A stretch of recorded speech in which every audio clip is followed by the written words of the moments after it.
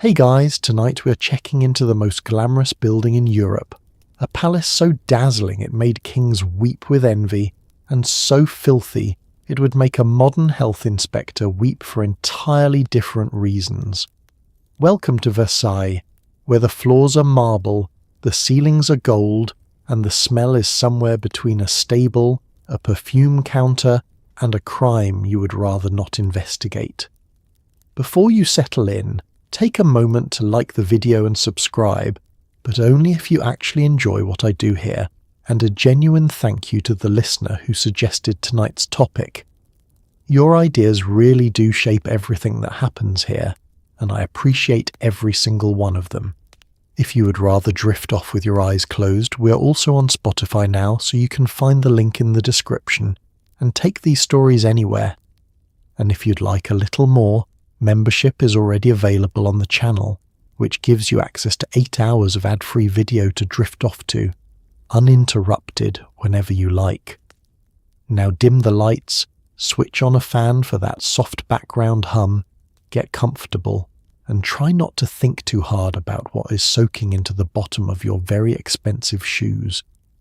Let us pause for a second. Have you ever wondered what it actually smelled like to be rich in the 17th century?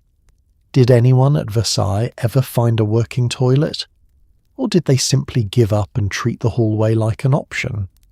Why did grown adults grow one long fingernail on purpose? Could you keep a straight face while a crowd of strangers watched a king wake up, get dressed, and eat his dinner one grape at a time? Would you survive a winter in a palace so cold the wine froze at the table? Or would you trade your entire inheritance for a room with a door that actually closed? And now, congratulations. You have just woken up at the Palace of Versailles. The year is 1682, the court has just moved in, and roughly 10,000 people are about to share a building with no plumbing, questionable morals, and a truly heroic amount of hair. Good luck. Let us start with the building itself, because Versailles is not a house. It is a small city pretending to be a house. Somewhere around 10,000 people live, work, scheme, and quietly panic inside these walls, and every single one of them wants to be closer to the king than you are. You have arrived expecting a fairy tale, and in fairness the ceilings are painted with gods and the mirrors go on forever. But nobody mentioned that behind every gilded door is a cramped corridor, a nervous marquis, and a servant carrying something you really hope is soup. This is the most beautiful place you will ever be miserable in. Let us walk you through the layout, or at least try, because Versailles was not designed to make sense. It was designed to overwhelm. Room leads to room leads to room, in an endless enfilade where every door lines up with the next, so a single glance could travel across the entire palace. It is stunning. It is also a nightmare to navigate, because there are no hallways in the modern sense, no polite corridor to slip down unnoticed. To get anywhere, you walk through everyone else's space, which means privacy does not exist and never will. Your entire life happens in public, in transit, in somebody's way. The whole point of this place was the king, specifically Louis XIV, who moved the court here in 1682 for a very clever reason. If he gathered all the powerful nobles of France under one enormous roof, he could watch them, control them, and keep them far too busy competing over stools and shirts to plot anything dangerous back on their own lands. It worked beautifully. He turned the most dangerous men in the kingdom into a flock of anxious peacocks, obsessed with etiquette, drowning in debt, and utterly dependent on his favour. You're one of those peacocks now. Congratulations on your feathers. And here is the trap you have willingly walked into. Living at Versailles was ruinously expensive. You had to dress the part, gamble the part, tip an army of servants, and maintain a household in a place where everything cost a fortune and status demanded constant spending. Many nobles bankrupted themselves just to stay. But leaving was worse, because to leave court was to vanish from the king's sight, and to vanish from the king's sight was to lose everything, every pension, every appointment, every whispered chance at greatness. So you stayed, and you paid, and you smiled. The cage was gold, but it was still a cage. Think of it like the world's most exclusive office where nobody actually leaves. Everyone is competing for the boss's attention. The rent is impossible, and quitting means social death. Except the office is freezing, smells appalling, and the boss enjoys watching you struggle. You spend your days maneuvering for tiny privileges, memorizing who outranks whom, and pretending this is the pinnacle of human achievement. In fairness, everyone around you is pretending exactly the same thing, which is the only reason the whole performance holds together.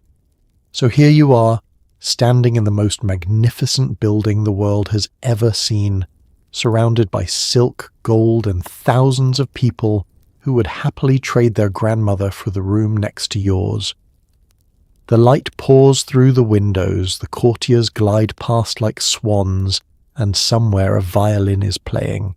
It is genuinely, breathtakingly beautiful, and you have never been more trapped in your life. Welcome to the golden cage. Try to enjoy the view, because you're not going anywhere. Before you see the grandeur, you smell it. Versailles has a perfume all its own, and it is not lavender. Picture 10,000 unwashed bodies, hundreds of chamber pots, a menagerie of animals, and a ventilation plan that consists entirely of hope. The palace has no real sewage system, no running water for the masses, and no concept of an open window as a solution. The result is a rich, layered aroma that clings to the tapestries and settles into your very expensive wig. Visitors from abroad wrote home about it. You will not be writing home about it, because you'll stop noticing within a week, which is somehow the most disturbing part. Let us break down the ingredients of this magnificent stench, because it is a symphony and every instrument is playing. First, the people. Thousands of them, layered in wool and silk that is almost never washed, sweating gently through the summer and marinating through the winter. Then the chamber pots tucked behind furniture and emptied whenever a servant remembers, which is not often enough. Then the food, the tallow candles, the animal residue, the damp stone, and the mysterious dark corners where things happen that nobody admits to. Each note builds on the last until the air itself feels like something you could spread on bread. The truly astonishing part is the scale of the problem versus the scale of the solution, which was essentially nothing. A palace this enormous, housing a population the size of a town, was built with almost no thought given to where all the waste would go. There were no proper drains for the masses, no flushing systems, no real plan beyond servants with buckets and a great deal of optimism. It is like designing the most beautiful ship in the world and then forgetting to add a way to keep the water out. The grandeur was total. The plumbing was theoretical. Now here is where your body performs its most unsettling trick. You will adapt. The human nose is a coward and a traitor, and after a few days it simply gives up, deciding that this new hellscape of odours is now the baseline of reality. This is called olfactory fatigue, and it is why nobody at court seemed particularly bothered. They had all stopped smelling it years ago. You will join them. Within a week you will stroll through a hallway that would drop a modern person to their knees, and you will be thinking about nothing more urgent than whether the Duchess snubbed you at breakfast. Compare it to walking into a house with a very enthusiastic cat, or a gym locker room in high summer. At first it is overwhelming. Your eyes water. Your survival instincts scream at you to leave. 10 minutes later you are somehow fine, chatting away, no longer aware that you too now smell like the room. Multiply that by a palace, by thousands of people, by decades, and you begin to understand how the most refined court in Europe simply agreed, collectively and permanently, not to mention it. So the smell is your welcome, your constant companion, and your initiation. It greets you at the gate, follows you through the gilded halls, and tucks you into your freezing little bed at night. The kings and queens and princes of the age lived inside it, danced inside it, fell in love inside it, and never once seemed to consider that the greatest palace ever constructed might benefit from a single working drain. It is the first thing you notice about Versailles, and thanks to your traitorous nose, it will be the last thing you remember. Breathe shallow, you will get used to it. That is the tragedy. Now nature calls, and here at Versailles that is genuinely a plot twist. For a palace built to humble the crowned heads of Europe, there are shockingly few actual toilets, and most of them belong to people far more important than you. There is the chaise per se, a fancy chair with a hole and a bucket underneath, and if you are noble enough you might get access to one. If you are not, you improvise, which is a polite word for what is about to happen in that lovely marble stairwell over there. Let us properly introduce the chaise per se, the pinnacle of 17th century convenience. It was a padded chair, sometimes upholstered in velvet, sometimes gorgeously decorated with a discreet hole in the seat and a removable pot beneath. The grandest examples were genuine status symbols, and the king owned several splendid ones. Some were disguised inside cabinets or hidden under false stacks of books, so a nobleman could relieve himself while appearing to consult his library. This is the level of engineering they poured into the toilet, not making more of them, just making the few that existed look fancier. Access to these thrones of relief was, naturally, a matter of rank. The higher your status, the closer you were to a decent pot and the servant who would deal with its contents. The lower your status, the longer your walk and the grimmer your options. There simply were not enough to go around for a population of thousands, so demand vastly outstrips supply at all hours. Imagine an entire town sharing a handful of bathrooms, all of them reserved for the important people, and you begin to grasp the daily crisis unfolding behind all that splendour. The pots themselves had to be emptied, which was somebody's actual job, and one of the least enviable in human history. Servants carried the results away, though not always promptly, and not always successfully, and certainly not always far. The waste had to go somewhere, and somewhere was frequently a bucket that sat around for hours, or a courtyard, or a corner that everyone had silently agreed to stop looking at. The smell we discussed earlier, this is a founding member of that orchestra.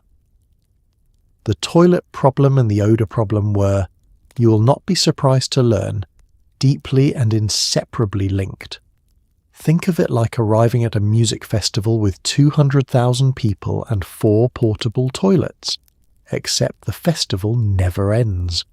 The toilets are reserved for celebrities, and you are wearing an outfit that weighs as much as you do and takes 20 minutes to remove.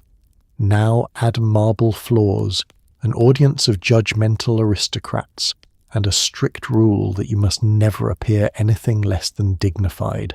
The logistics of simply existing at Versailles were a quiet nightmare that everyone endured and nobody solved, because solving it was beneath them and suffering through it was somehow not. So you set off on your quest, wandering a palace of unimaginable luxury in search of the single most basic human necessity, and finding it locked, occupied, or reserved for a marquis. This is the great irony of Versailles in one desperate walk. Gold on the ceiling, gods in the frescoes, mirrors stretching to infinity, and you, a well-dressed person of some importance, seriously considering a curtain. The court of the Sun King glittered like nothing before or since, and its people spent a truly heroic amount of their day just trying to find somewhere acceptable to pee. Spoiler. They usually gave up. We will get to where they went next. Let us talk about where everyone actually goes, since the toilet situation has clearly failed us. The answer, disturbingly, is everywhere else. Courtiers relieved themselves in corners, behind curtains, on staircases, and in quiet hallways that were quiet for a reason. Servants were forever scrubbing and forever losing. The gorgeous hall you just admired doubled as somebody's emergency restroom about an hour ago. You learn very quickly to watch your step, to never lean casually against a wall, and to accept that at Versailles the phrase "watch where you're going" is not advice. It is a survival strategy.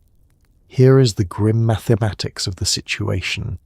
When you have thousands of people, a mere handful of toilets, layers of clothing that take forever to remove, and a strict social requirement never to make a scene, the outcome is inevitable. People simply went where they stood, or near enough to it. A discreet corner, a convenient stairwell, the shadow of a grand staircase, a curtain that offered the illusion of privacy. The palace was so vast and so crowded that there was always somewhere out of sight, and if there was not, well, standards slipped fast when the alternative was an accident in front of a duke. The staircases were particularly popular and particularly treacherous.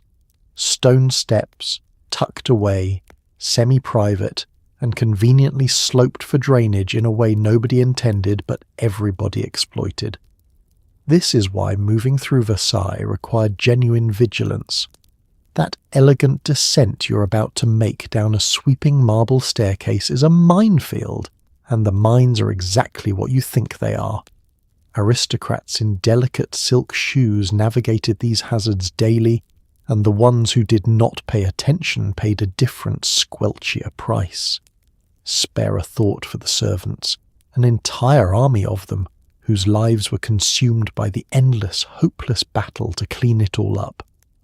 They scrubbed, they hauled, they scattered fresh scent, and by the time they finished one wing another was already ruined.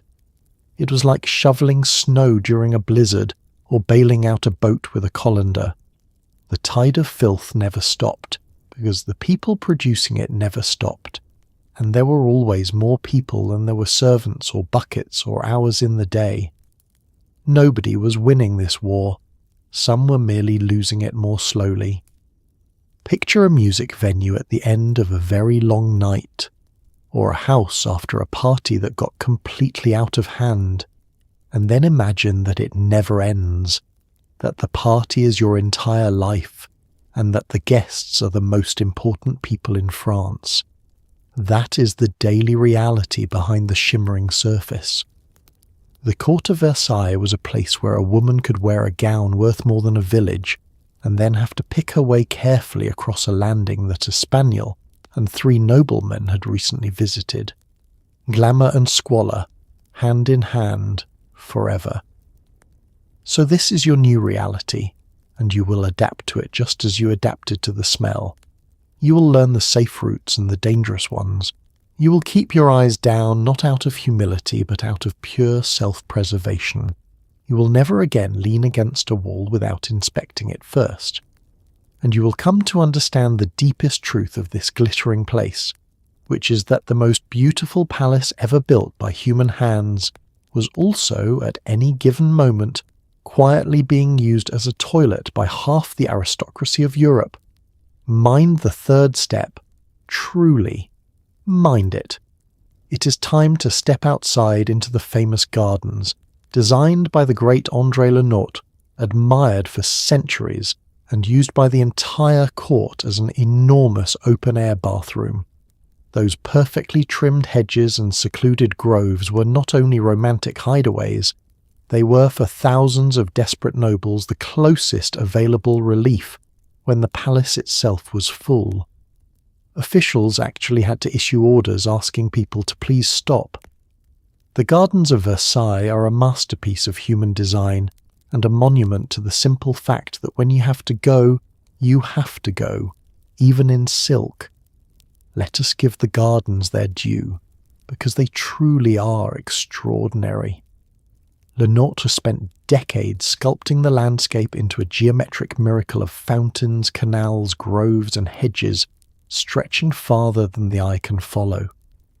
Water was channeled for miles to feed the fountains. Trees were transplanted fully grown. The entire scheme was an act of pure human will imposed upon nature, meant to prove that even the wilderness bowed to the Sun King. It is one of the greatest achievements of garden design in all of history, and the courtiers treated it like the world's most beautiful rest stop. The problem once again was scale and access.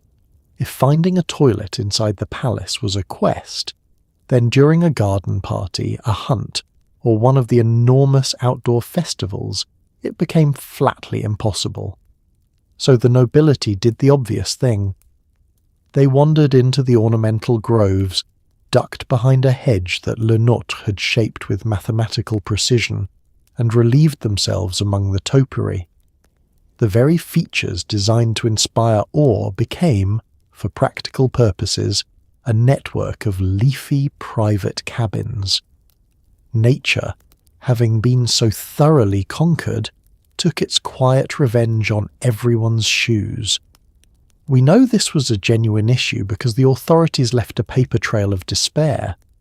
Orders were actually issued instructing people to stop fouling the corridors, the courtyards, and yes, the gardens. There are records of the grounds being cleared of the daily build-up. When a palace has to formally, officially in writing, ask its refined and noble residents to please stop using the priceless landscaped gardens as a latrine, you're looking at a civilization that has achieved staggering artistic heights and completely lost the plot on basic sanitation. Both things were true at once, all the time.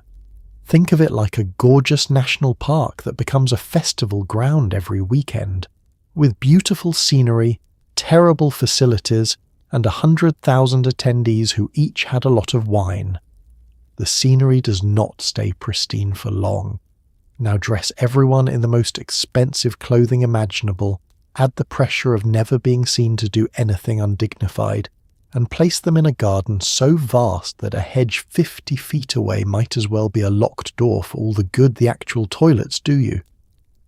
The result was inevitable, and Le Nôtre's masterpiece paid the price, petal by trampled petal. So as you stroll these legendary grounds, admiring the symmetry, the fountains leaping in the sunlight, the endless green corridors receding toward the horizon, hold two thoughts in your mind at the same time. You're standing in one of the supreme artistic accomplishments of the human race, a landscape so influential it shaped garden design across entire continents. You're also standing in what was, functionally, the largest and most elegant outdoor bathroom in Europe. That is Versailles in a single view. Genius and grossness growing side by side, watered by the same fountains. Watch where you place your dainty little heel, and do admire the roses. Somebody worked very hard on them, and somebody else did not respect that at all. Let us talk about hygiene, or the near total absence of it. You might assume the richest people in Europe bathed constantly. You would be wrong in the most fragrant way possible. Many at court believed that water opened the pores and let disease creep in, so a full bath was considered risky, occasional, and vaguely suspicious. Instead, you cleaned yourself by changing your linen shirt and rubbing yourself down with dry cloths and powder. The idea was that fresh linen wicked away the filth. The reality was that you were a lightly dusted person, doing a convincing impression of a clean one. To understand this, you have to understand the medical theory of the age, which was confident, respected, and completely wrong. Physicians believed that hot water opened the pores of the skin, and that open pores were a doorway through which plague and disease could slip directly into the body. Since deadly epidemics were a genuine and terrifying reality, avoiding a bath felt less like laziness and more like sensible self-defense. In their minds, the dirtier they stayed, the safer they were. It is difficult to argue with a doctor when the alternative appears to be the plague, even if the doctor is spectacularly mistaken. So instead of washing, the fashionable person practiced what they considered proper cleanliness, which revolved almost entirely around linen. You wore a linen shirt or shift against your skin, and the belief was that this fabric absorbed sweat and grime, drawing the dirt away from the body. To be clean was to have fresh, white, crisp linen, changed frequently and displayed proudly at the collar and cuffs. A gentleman might change his shirt several times a day and consider himself immaculate, despite the fact that the actual body underneath had not encountered water in a very long time. Clean, at Versailles, was a laundry problem, not a body problem. The dry cleaning ritual filled in the rest. You would rub yourself down with dry or lightly scented cloths, dust yourself with powders, and douse the whole arrangement in perfume. It was a kind of theatre of cleanliness, a full performance of freshness that never once involved getting wet. The wealthy owned beautiful basins and ewers, but these were often more for a token rinse of the hands and face than any serious washing. The pursuit was appearance and scent, not the actual removal of grime. You looked clean, you smelled aggressively clean, and beneath the surface you were emphatically not. Compare it to spraying an entire can of air freshener in a room instead of taking out the garbage. The room now smells like a chemical meadow. The garbage is still there, and everyone has agreed to pretend the problem is solved. That was personal hygiene at court. A truly impressive amount of effort went into the presentation of cleanliness, and almost none into cleanliness itself. And because everyone operated under the same beliefs and the same fear of water, nobody stood out. You cannot be the smelly one when the entire court smells identical. Uniformity was a mercy, so you join the ranks of the beautifully unwashed, changing your snowy linen with great ceremony, while your actual skin quietly hosts a history museum.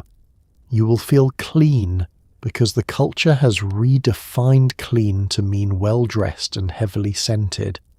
You will trust the doctors because the doctors are terrifying and the plague is worse, and you will move through the golden halls looking by every standard of your time absolutely pristine, right up until a modern time traveller faints in your general direction. Fresh shirt, filthy human. That was the deal, and at Versailles, everyone signed it gladly and never took a bath again. So how does the most glamorous court in the world cope with smelling like a barn that lost a war? Perfume, and lots of it. You drench yourself, your gloves, your wig, your fan, and possibly your dog in scent strong enough to clear a room. The court became so famous for this that it earned a reputation as the perfumed court. But here is the disturbing part. Perfume does not remove a smell, it argues with it.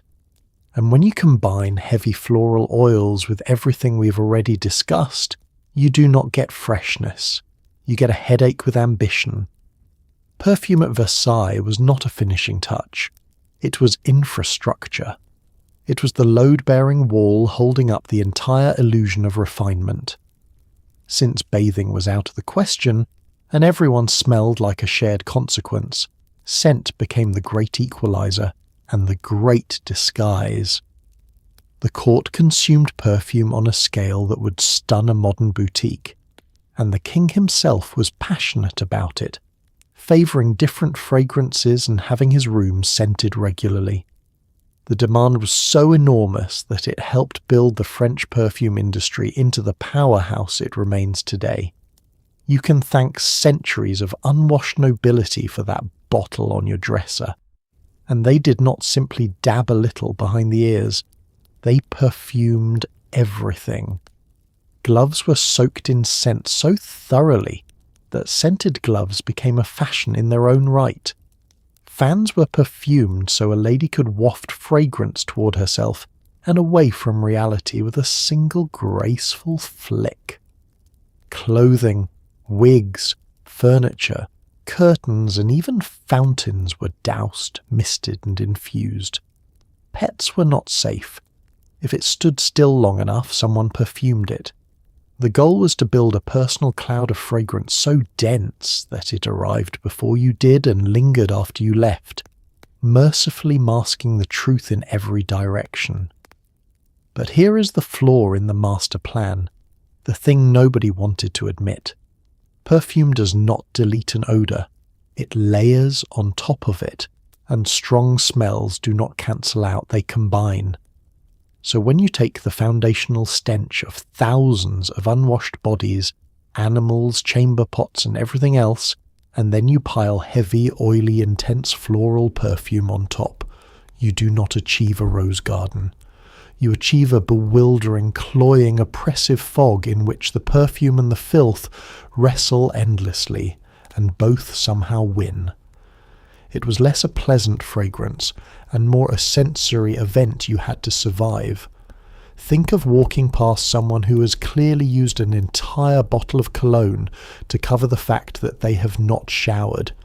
Except now imagine 10,000 of them, indoors, in summer, with the windows shut and the fear of fresh air running deep. The effect was overwhelming. Foreign visitors, arriving with slightly different customs, frequently remarked on the sheer intensity of the atmosphere. The perfume that was meant to signal wealth and refinement instead announced, to any nose not yet numbed by residents, exactly how much there was to cover up. So you arm yourself in fragrance like everyone else, dousing your gloves, misting your wig, and cultivating your own personal weather system of scent. You do it because you must, because the culture demands it, and because a strong perfume is the closest thing to a bath you're going to get. You will smell magnificent and appalling at the exact same time, which turns out to be the signature aroma of the age. The perfumed court earned its name honestly, one desperate spritz at a time, proving forever that you cannot solve a problem by pouring roses on it. You can only make the problem smell confused. It is morning, and at Versailles even waking up is a public event. The king does not simply roll over and hit an imaginary snooze button. He performs the lever, a formal ceremony in which selected nobles are granted the honour of watching him open his eyes, rise from bed, and slowly become dressed. Being invited to attend is a massive privilege that people schemed for years to obtain. Yes, the great goal of your ambitious life might be earning the right to stand in a warm room and watch a man put on his socks. Welcome to power. The lever, which simply means the rising, was one of the great engines of the entire court. It began early, when the first officials entered the royal bedchamber to wake the king, and it unfolded in carefully ordered stages, each admitting a new wave of privileged spectators. First came the most intimate circle, the family and the greatest nobles, and then progressively larger groups were permitted to enter as the ceremony advanced. To be present at all was a distinction. To be present at the earliest, most exclusive stage was to sit near the summit of French society. People measured their entire worth by which door they were allowed through and how soon. Everything about it was ritual. The king was formally greeted, offered holy water, and helped through washing that was more gesture than function, a symbolic wetting of the hands rather than anything a modern person would recognize as cleaning. His attendants presented his clothing in a strict sequence, and every action had an owner. One noble held this, another passed that. A third had the hereditary right to perform some tiny task that his family had guarded for generations. The whole thing moved with the slow, deliberate weight of a religious service, because in a sense it was one. The religion was monarchy, and the king was its living idol. Why on earth would grown, powerful people fight for the chance to watch this? Because proximity was everything. In a court built entirely around one man's favour, being close to him, being seen by him, being remembered by him, was the only currency that truly mattered. A single word, a nod, a moment of eye contact during the lever could translate into appointments, pensions, marriages, and fortunes. The great families understood that influence flowed through presence, and so they schemed, bribed, and manoeuvred for years just to stand in that room at the right moment. The reward was not comfort. The reward was being in the sightline of the sun. Compare it to the modern obsession with access, the desperate scramble to get into the right meeting, the right event, the right room where the powerful person happens to be. Now strip away any pretense that you are there to contribute anything, and admit that your entire function is to be present and adoring while the important person does something utterly mundane. That is the lever. It was the 17th century equivalent of fighting tooth and nail for a spot in the room, only to spend that spot watching the boss get dressed and hoping he notices your excellent bowing. So this becomes the strange summit of your ambitions. You did not travel to Versailles and beg your family to change the world. You did it to earn the right to watch a man wake up. And if you succeed, if you claw your way into that gilded bedchamber at the correct stage of the ceremony, you will feel a genuine surge of triumph, because in this world you have won. You are near the king at his rising. You matter. Never mind that what you are actually doing is standing quietly at dawn, watching royalty locate its socks. At Versailles, that was the view from the top. Let us stay in the bedchamber, because the king getting dressed is not a task, it is a ranked competition. Each garment is handed over in a strict order determined by nobility, and the higher your rank, the more intimate the item you are allowed to present. Handing the king his shirt is a genuine honour reserved for the most important person in the room, and the shirt is passed along a little chain of nobles like the world's slowest, most prestigious relay race. If someone grander walks in halfway through, the shirt changes hands again. A man stands there half-dressed and slightly cold while etiquette sorts itself out. The dressing of the king was governed by rules so precise they bordered on sacred law. Each article of clothing had a designated presenter, and that role was assigned strictly by rank. The privilege of handing over the royal shirt was among the most coveted, because the shirt touched the royal body, and anything that touched the royal body carried enormous prestige.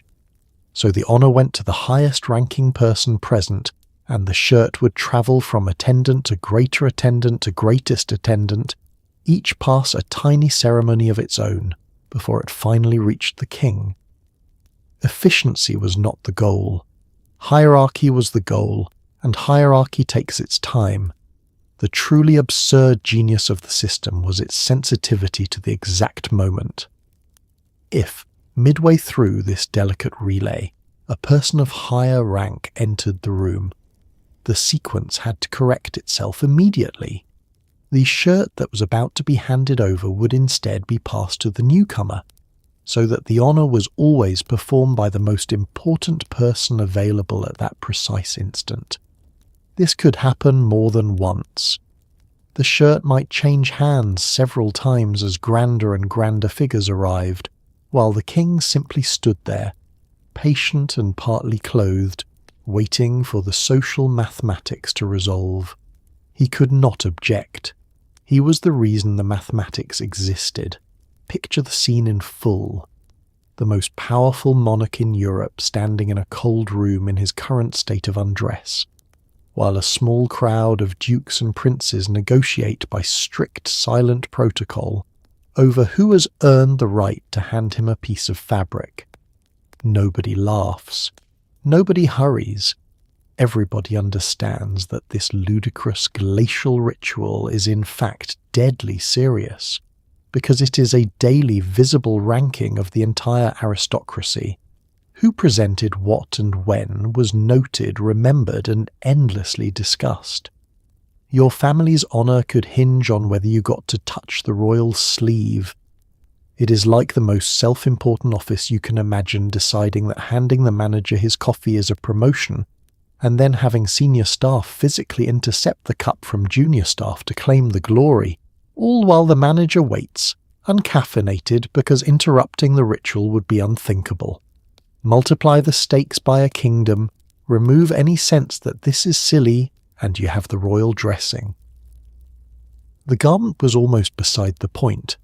The point was the endless, elaborate reassurance of who stood where in the great pecking order, performed fresh every single morning for everyone to witness and envy.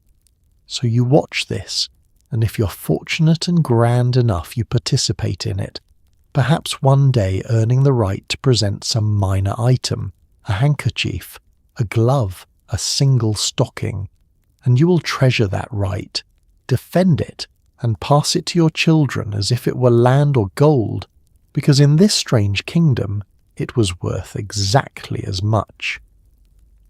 The king got dressed the same way every day, wrapped in ceremony, chilled by delay, and surrounded by the most important people in France quietly competing to touch his laundry. It was ridiculous. It was sacred. At Versailles, and those were frequently the same thing. Here is a small detail that tells you everything about this place. At Versailles you do not knock on doors because knocking is loud, rude, and frankly beneath you. Instead you scratch, gently, with the long fingernail on your left little finger. That is right. Fashionable courtiers deliberately grew one long nail purely so they could scritch politely at doors like a well-dressed cat. Imagine an entire social class agreeing that banging your knuckles is vulgar, but growing a single talon for door purposes is the height of refinement. You will grow one too. Everyone does. The logic, such as it was, ran like this. Knocking was a blunt, forceful, common sound, the kind of thing a tradesman or a soldier might do. It was assertive, and assertiveness toward your betters was unthinkable. A gentle scratch, by contrast, was soft, deferential and quiet, a discreet little signal that requested attention rather than demanding it. In a court obsessed with rank and endlessly terrified of appearing crude, scratching was simply the more elegant way to announce yourself at a door, and so it became the universal custom, from the lowest hopeful courtier to the grandest prince. To do it properly you needed the tool, and the tool was your own fingernail. Fashionable people cultivated a single long nail, typically on the little finger of the left hand, growing it specifically for the purpose of producing the correct refined scratching sound against a door panel. This was not an accident of grooming, it was deliberate and maintained. The nail was a small badge of belonging, evidence that you knew the customs and moved fluently in polite society. A well-kept scratching nail said you were an insider. A knuckle rap said you had wandered in from somewhere unspeakable, like the countryside. Let this sink in for a moment, because it captures the entire spirit of Versailles. This was a place so consumed by etiquette, so devoted to signalling status through tiny details, that thousands of adults independently decided the correct response to a closed door was not the universal human gesture of knocking, but the cultivation of a personal claw. It was self-imposed, elaborate, and utterly sincere. Nobody was forced to grow the nail. They wanted to, because in this world the smallest gestures carried the largest meanings, and being seen to knock like a peasant was a genuine social wound. Compare it to any modern subculture with its own unspoken rules, its own secret handshakes and shibboleths, the little signals that quietly separate the people who belong from the people who do not. Versailles simply took that instinct to a magnificent extreme and applied it to absolutely everything, right down to the fingernails. The scratch at the door was a password, a costume, and a class marker all at once, performed dozens of times a day, so thoroughly normal to the people doing it that they never paused to consider how strange it truly was. That is the tell of a real bubble. The absurd feels ordinary from the inside, so you will grow your nail like everyone else, and you will practice your soft, tasteful scratch until it sounds just right. Neither too faint to be heard nor too eager to be dignified. You will approach the gilded doors of the powerful and announce yourself the way a polite house cat might, and you will feel entirely correct in doing so, because the whole court agrees this is how civilized people behave. Somewhere out in the wider world, ordinary humans are simply knocking on doors with their hands like reasonable creatures. But you live at Versailles now, and here you scratch. Long may your little talon serve you. Let us discuss furniture, which sounds boring until you learn that people at Versailles nearly came to blows over it. There was a strict rule about who could sit in the presence of royalty and on what. A duchess might have the coveted right to sit on a stool, the famous tabouret, while a lesser woman had to remain standing for hours. This sounds petty, and it was gloriously petty, but it was also deadly serious. Families feuded for generations over whether their rank entitled them to a stool. At Versailles, a chair was not a chair, it was a weapon. The rules of sitting were an entire science, and everyone was expected to have memorized it. In the presence of the king and queen, almost nobody had the right to sit at all. The privilege of doing so was carefully doled out according to rank, and the type of seat mattered enormously. An armchair was the grandest, essentially reserved for royalty. A chair with a back was a lesser honour. And then there was the tabouret, a simple backless stool, which for the great ladies of the court was a treasure worth more than jewels. The right to sit on that humble stool in the Queen's presence marked you as one of the truly elevated few, because the tabouret conferred such status. Possessing the right to it became a source of ferocious generation-spanning conflict. Families with a plausible claim to the honour fought bitterly to have it recognised, because the stool was not really about resting your legs. It was a public, permanent declaration of exactly where your house stood in the pecking order of the entire kingdom. To be granted the tabouret was to be officially acknowledged among the highest rank.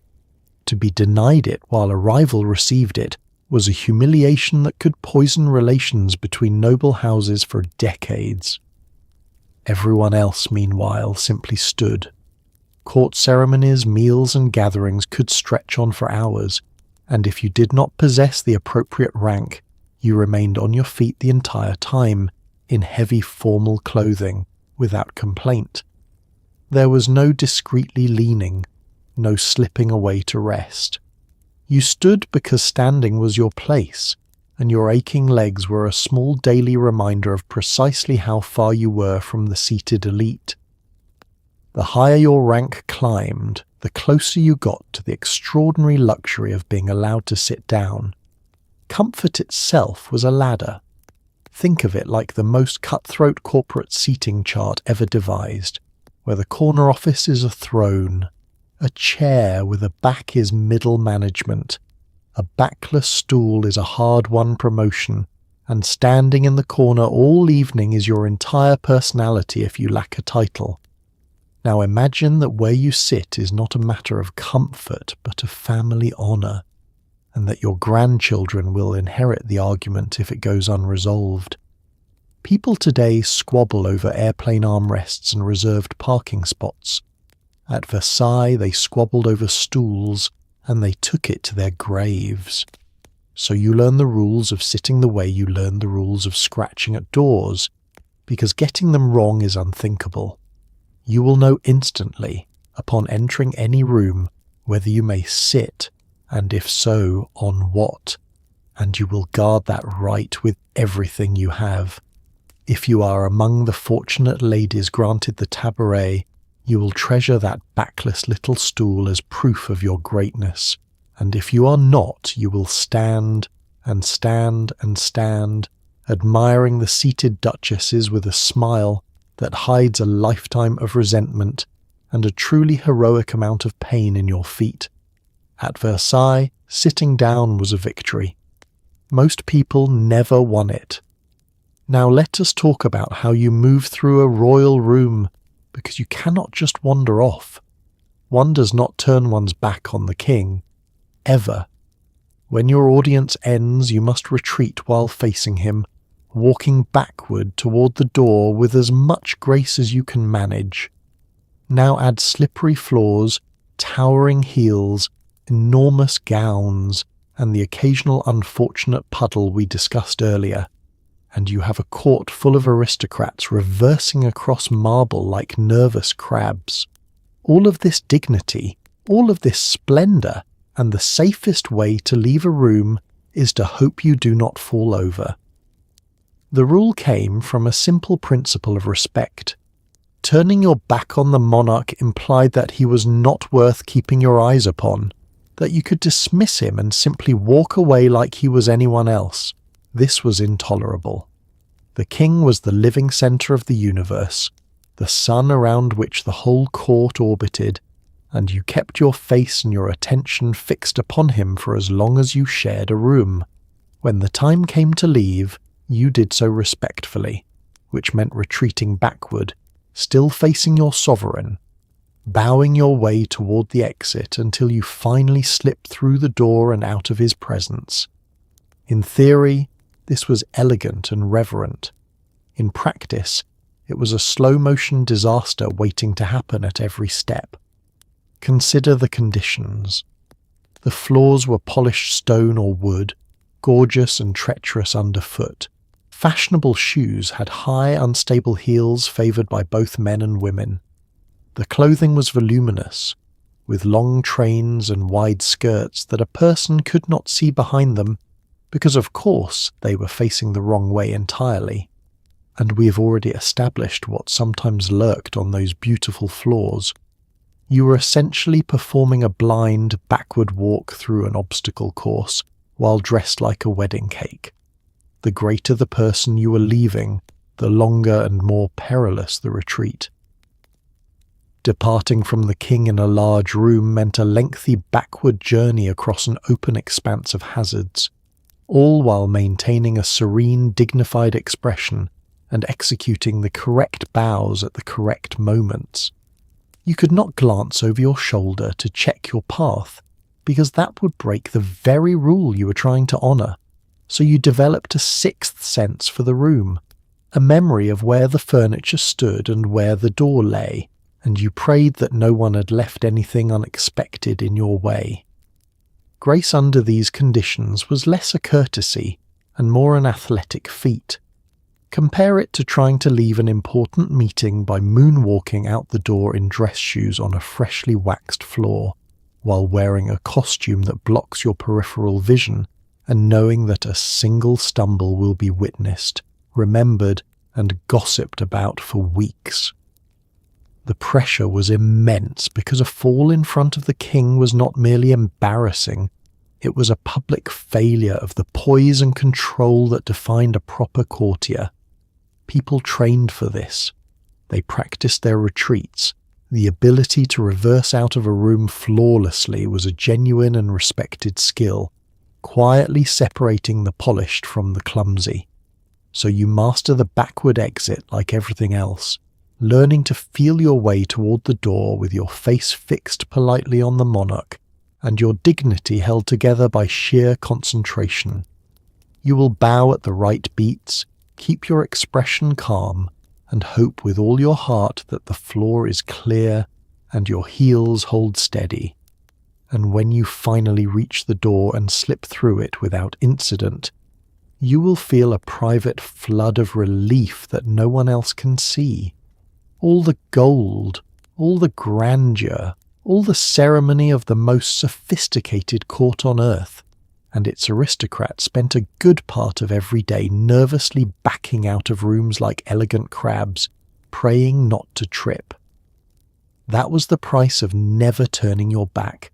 Let us find your quarters and try to keep your expectations low. Yes, the staterooms are palaces within a palace, but you are not sleeping there.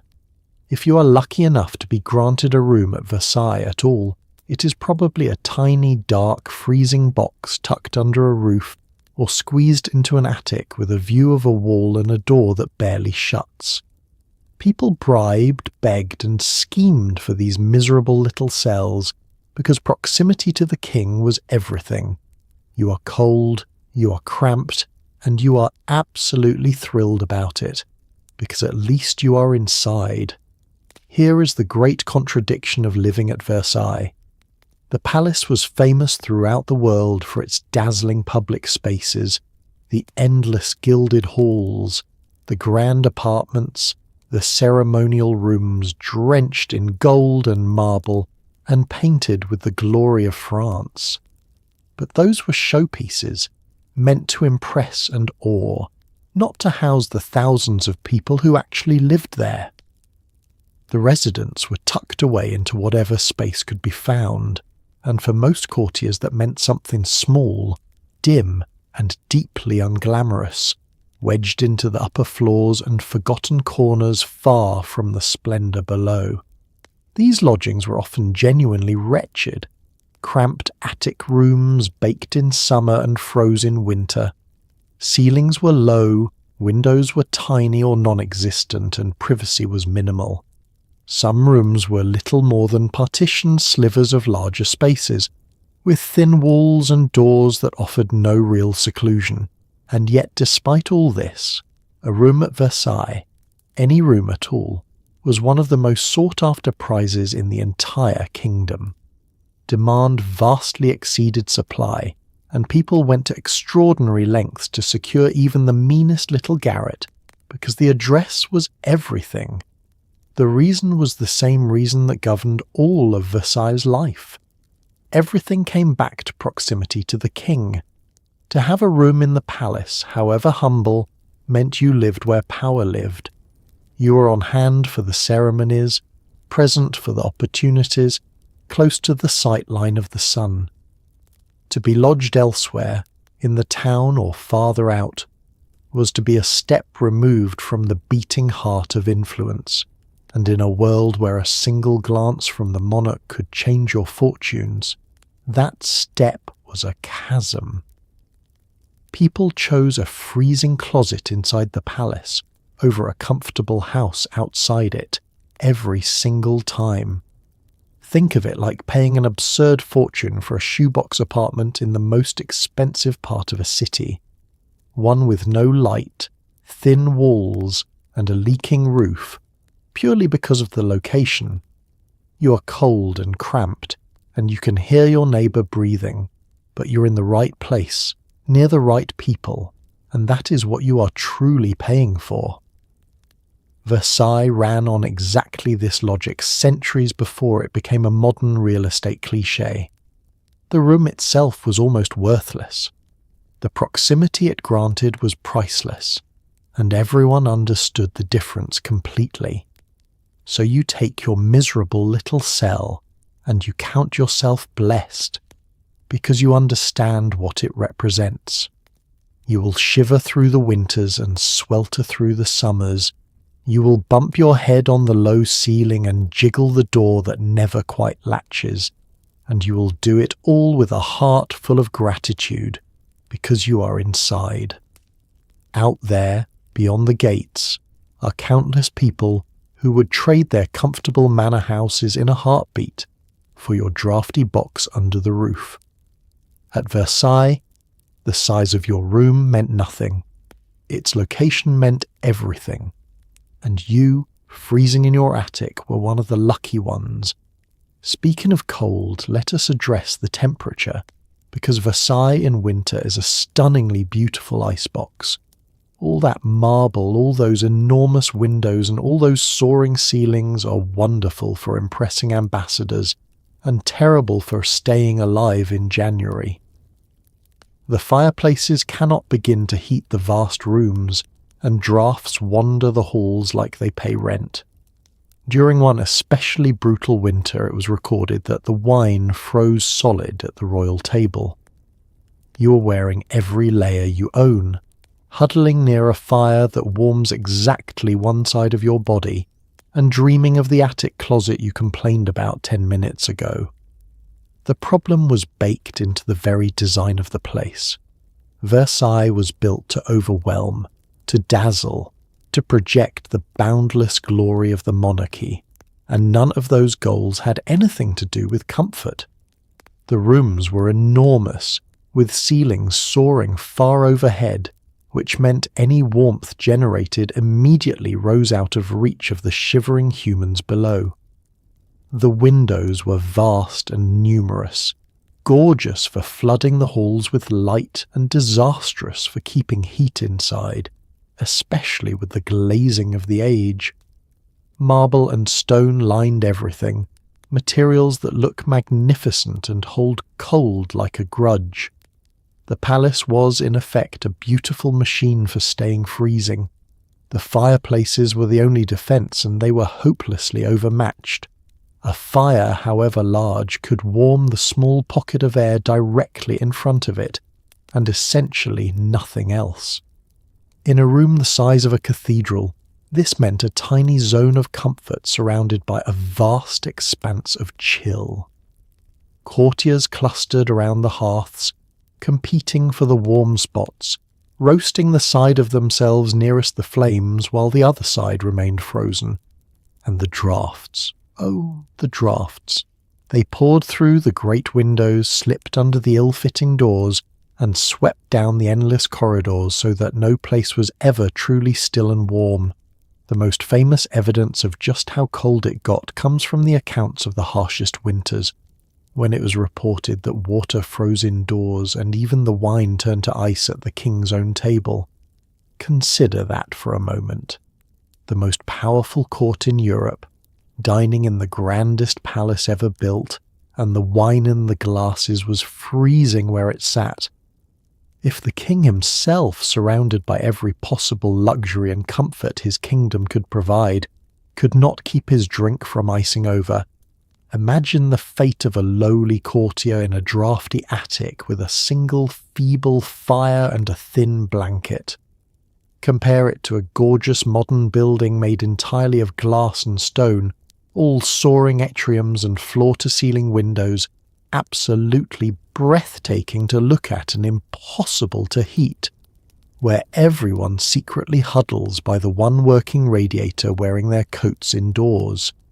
Beauty and warmth are often at war, and at Versailles beauty won decisively every time.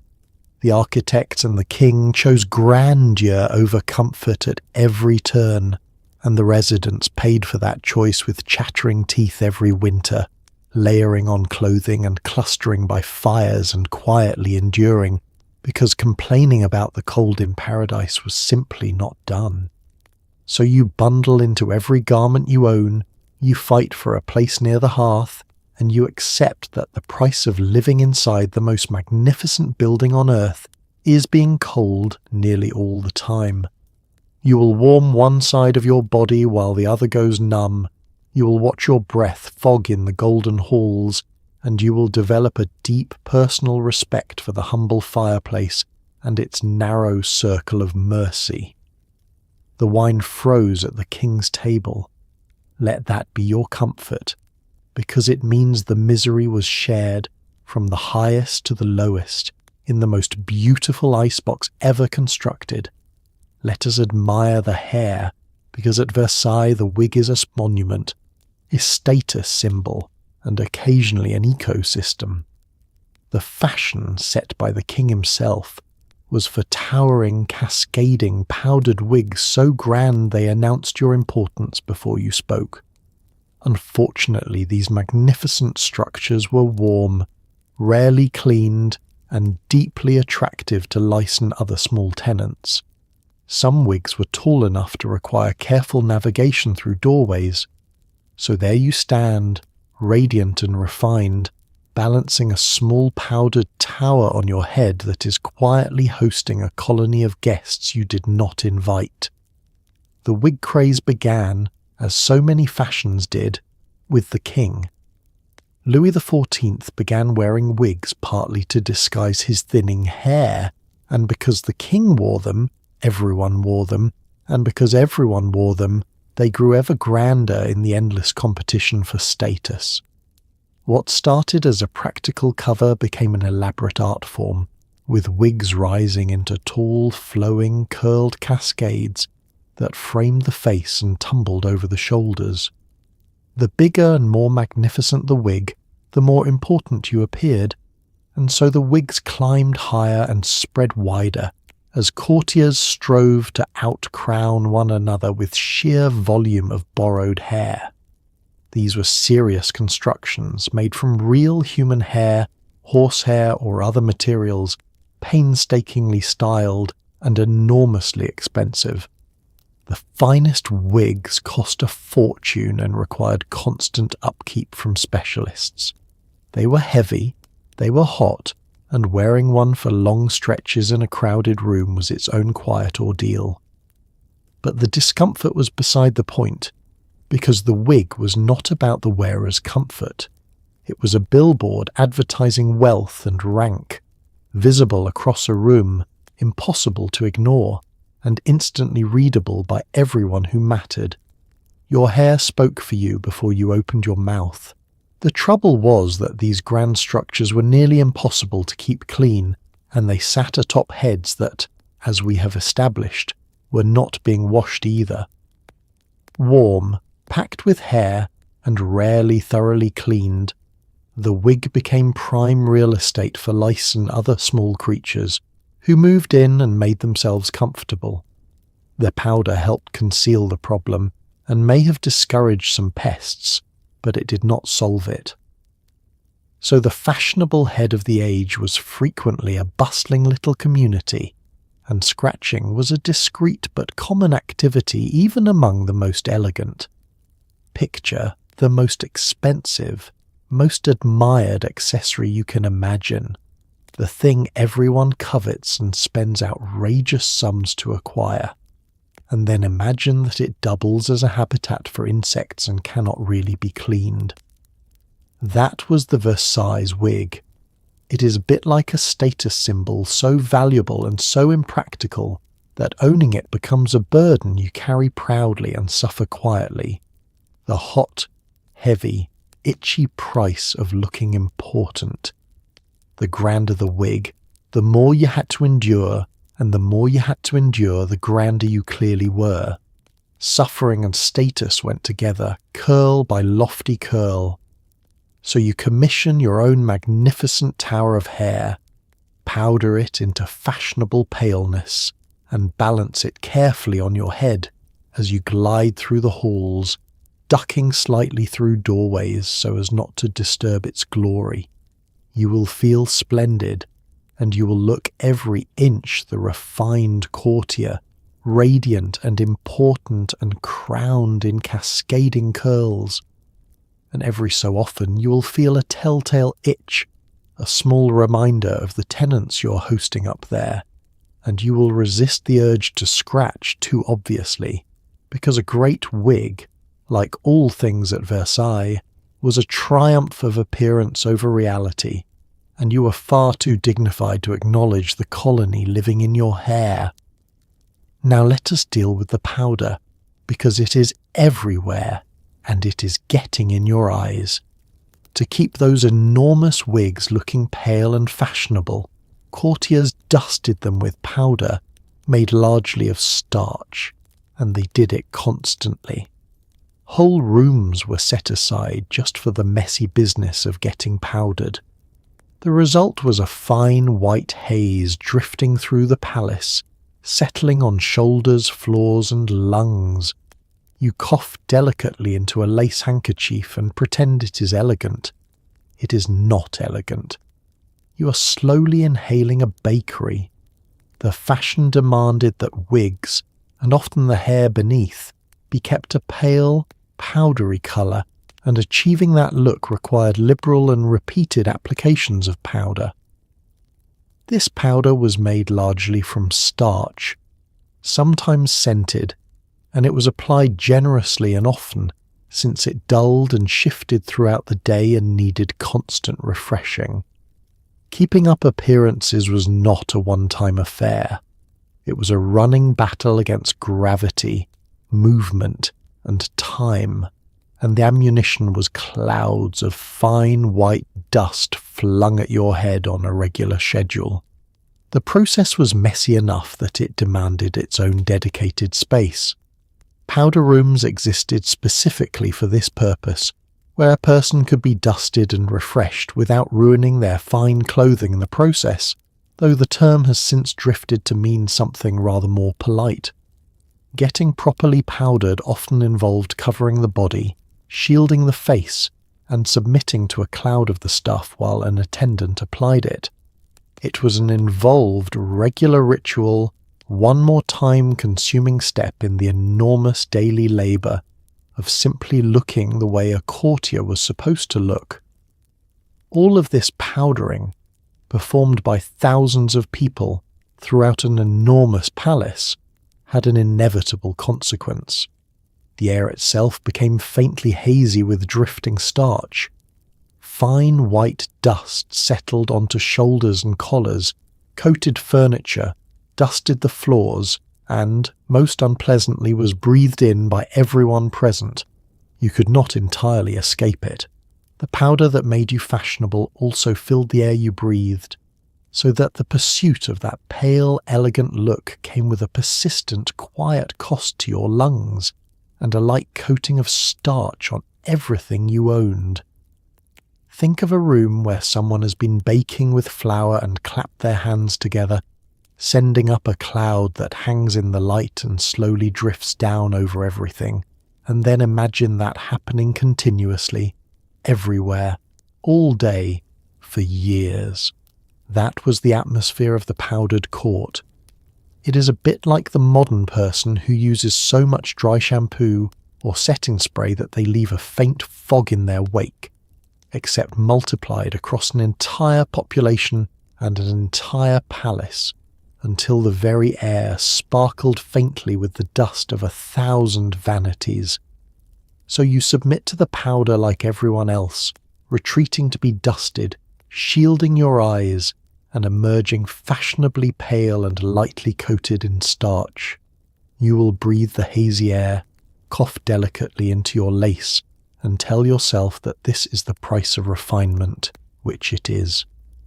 And as the fine white cloud drifts down over the golden halls, settling on the shoulders of dukes and the wigs of duchesses and the floors that servants can never quite keep clean, you will understand that at Versailles even the air was working overtime to maintain the illusion.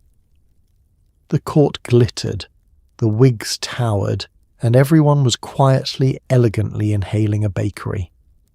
Beauty, as always, came at a cost, and this time you were breathing it in. Let us look at the makeup, which is bold, dramatic, and quietly poisonous. To achieve that fashionable, ghostly pale complexion, both women and men often smeared on cosmetics made with white lead. On top of that went bright rouge, sometimes containing mercury, applied in circles like war paint for the ballroom. This look was expensive, admired, and slowly toxic, causing skin damage that only made people apply more to cover it up. It is a perfect little trap. The very thing you use to look flawless is the thing ruining your face, so you use even more of it. Somewhere a modern marketing executive is taking notes. The ideal of beauty at Versailles prized a strikingly pale complexion. The paler the better, because pale skin signalled that you were an aristocrat who did not labour outdoors like a common peasant. To achieve this fashionable pallor, courtiers turned to cosmetics that used white lead, which produced a smooth, opaque, ghostly white surface, far paler than any natural skin. It worked beautifully as a cosmetic.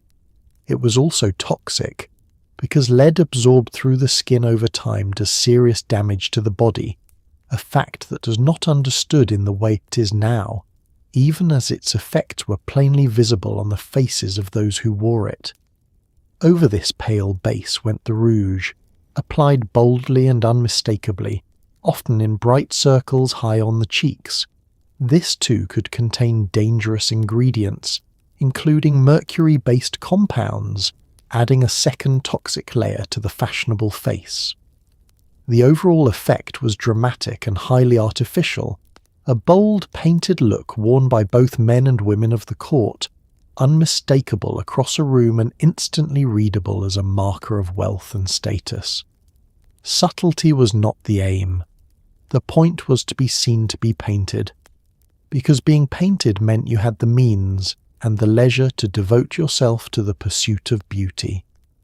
Here is the cruel mechanism at the heart of it. The lead-based cosmetics damage the skin over time, causing blemishes, discoloration, and deterioration. And what was the solution to skin damaged by lead makeup? More lead makeup, applied more thickly, to cover up the damage the previous applications had caused. It was a perfect vicious circle, a trap that tightened the longer you wore it. The cure was the poison, and the poison demanded more of the cure, so that the devoted follower of fashion applied heavier and heavier layers to conceal the ruin those very layers were creating. Compare it to any modern product that quietly worsens the problem it claims to solve, so that you need ever more of it to keep the trouble at bay, locked into a cycle of consumption that benefits everyone except your actual face. The 17th century simply ran this scheme with heavy metals and no warning labels. The people wearing it did not fully grasp the slow harm they were doing, and even those who suspected something was wrong were caught in the same trap as everyone else, because to appear at court without the fashionable pale painted face was unthinkable, whatever the cost to your skin or your health. So you paint yourself like the rest of the court, layering on the pale lead base and the bold, toxic rouge, achieving that ghostly, dramatic, admired complexion that marks you as one of the refined. You will look flawless and fashionable, and you will slowly pay for it. And when the damage begins to show, you will simply apply a little more to hide it, just as everyone around you is doing. The beauty of Versailles was genuine, striking, and everywhere. It was also, quite literally, killing the people who wore it, one elegant application at a time.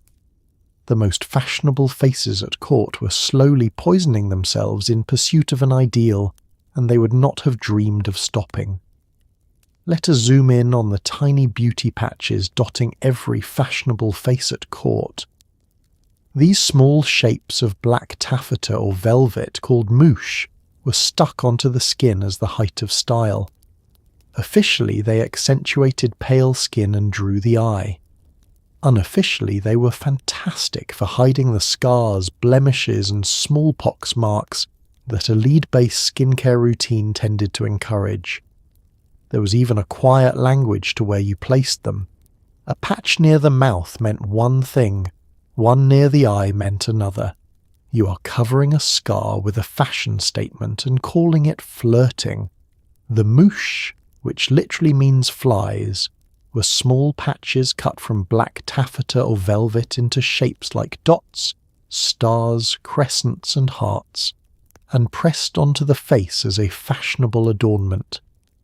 Against the fashionable pale skin, the deep black of the patch created a striking contrast that was thought to enhance the whiteness of the complexion and draw attention to a person's best features.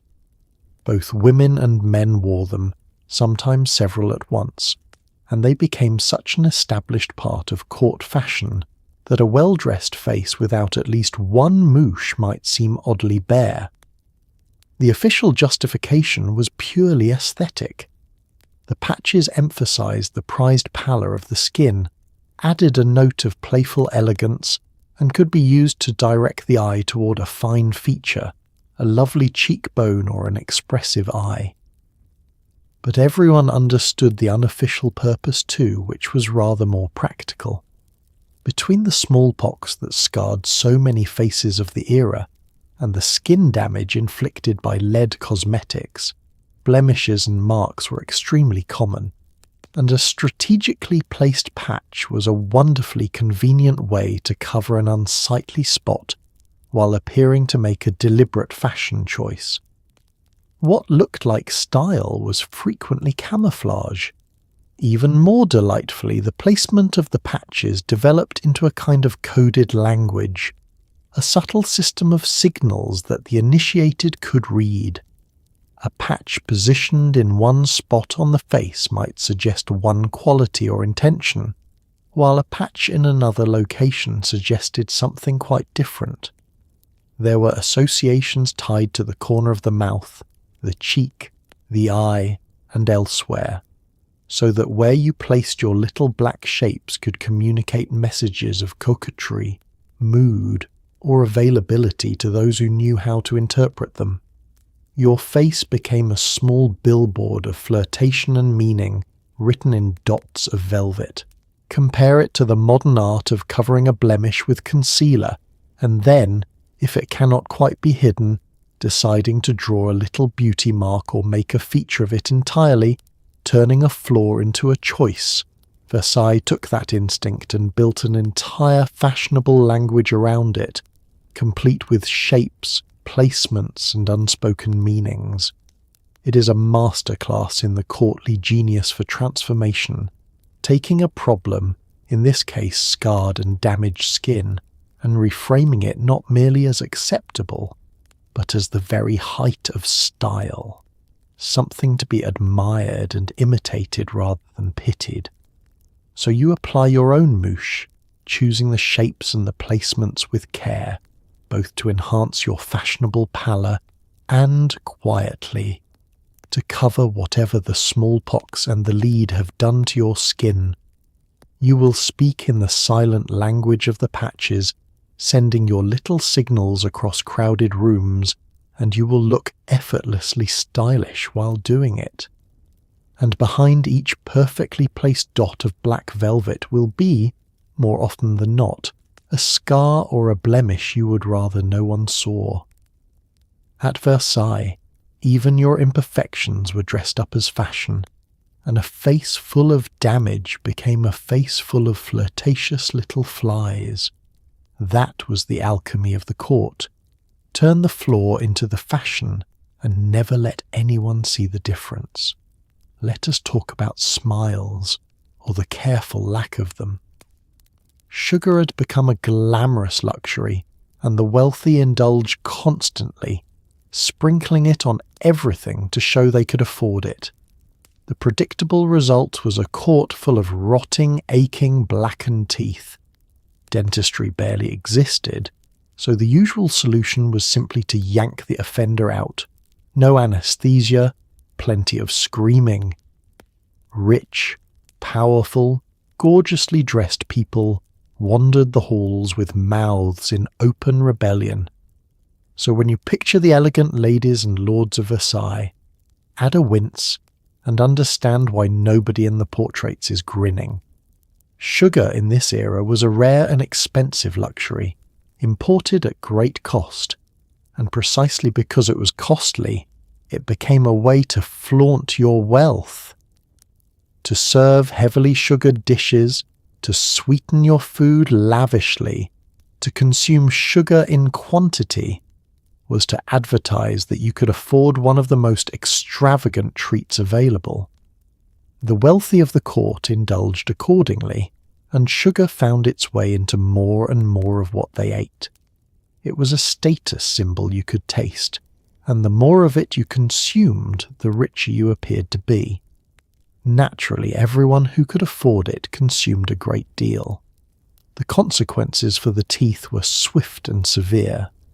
Constant exposure to sugar, combined with an almost complete absence of anything resembling proper dental hygiene, produced widespread and dramatic tooth decay.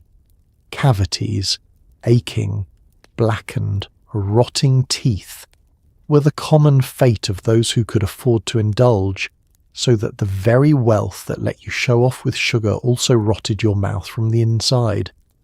In a grim irony, the poorer people who could not afford much sugar often kept their teeth in rather better condition than the sugar-loving elite, whose fashionable indulgence was slowly destroying their smiles. When a tooth went bad, and they went bad constantly, the options were limited and brutal. Dentistry as a genuine medical art barely existed, so the standard remedy for a painful, rotten tooth was simply to pull it out. This was done without any effective anesthesia, meaning the extraction was a savage, agonizing ordeal endured while fully conscious. There was no gentle numbing, no careful procedure, just force, pain, and a great deal of screaming, followed by a fresh gap in the smile. The powerful and the elegant submitted to this the same as anyone, because rotten teeth left untreated brought their own agonies and dangers. Picture the most glamorous, best-dressed, most envied people of their age, draped in silk and jewels, painted and powdered to perfection, and then picture that when they open their mouths, the effect is rather less enchanting, a display of decay, gaps, and blackened stumps. It is a bit like a modern celebrity culture obsessed with flawless appearance, except with no cosmetic dentistry whatsoever to fall back on, so that beneath the dazzling exteriors lay mouths in a state of quiet catastrophe. The gap between the polished image and the aching reality was once again enormous, and everyone politely agreed not to dwell on it. So you join the sugar-loving court, indulging in the fashionable sweetness that proves your wealth, and you accept the predictable toll on your teeth as the cost of belonging. You will ache, you will wince, and sooner or later you will submit to the horror of an extraction performed with brute force and no mercy. And you will learn, as everyone did, to smile carefully, to speak without revealing too much, to present yourself as radiant and refined while keeping your ruined mouth discreetly out of view. That is why the beautiful people of Versailles look so composed and so serious in their portraits. They were not being solemn, they were hiding their teeth, and they had excellent reasons to. On the subject of teeth, let us discuss the king, because his mouth was a disaster of historic proportions. Louis XIV suffered terribly, and his doctors eventually removed most of his upper teeth. During one extraction, they accidentally tore out part of his jaw and palate, leaving a hole between his mouth and his nasal cavity. This meant that when the Sun King drank, liquid could come dribbling out of his nose. To fix it, surgeons burned the hole shut with a red-hot iron, more than once. The most powerful man in Europe, and his signature move at dinner was leaking wine from his face.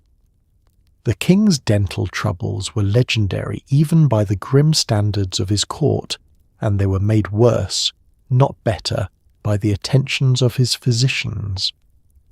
Believing that rotten teeth were a source of disease that could spread through the body, his doctors set about removing them, and over time they extracted most of his upper teeth in their effort to protect his health.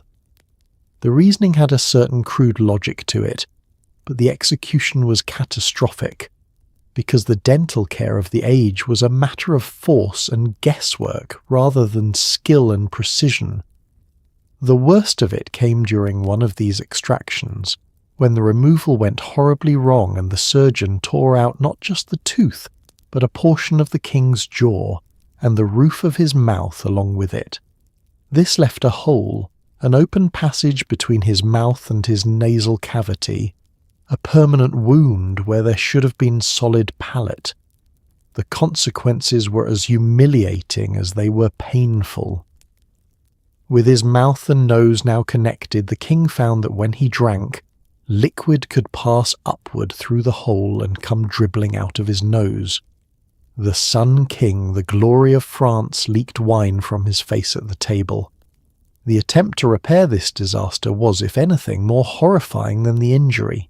To close the hole, surgeons applied a red-hot iron to the wound, cauterizing it, burning the flesh in an effort to seal the passage.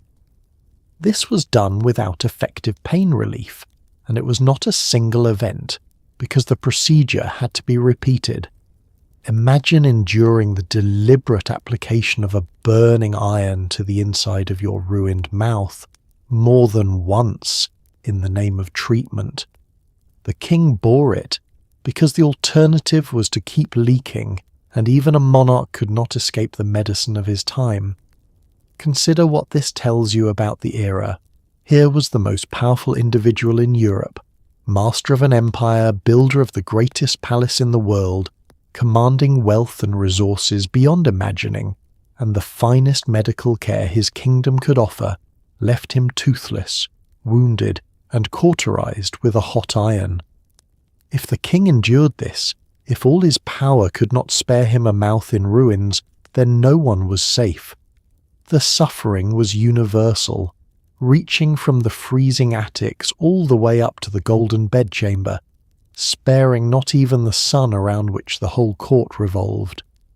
So spare a thought for the great Louis XIV, glittering symbol of an age whose mouth was a slow-motion catastrophe of extractions, holes, dribbling wine, and burning irons.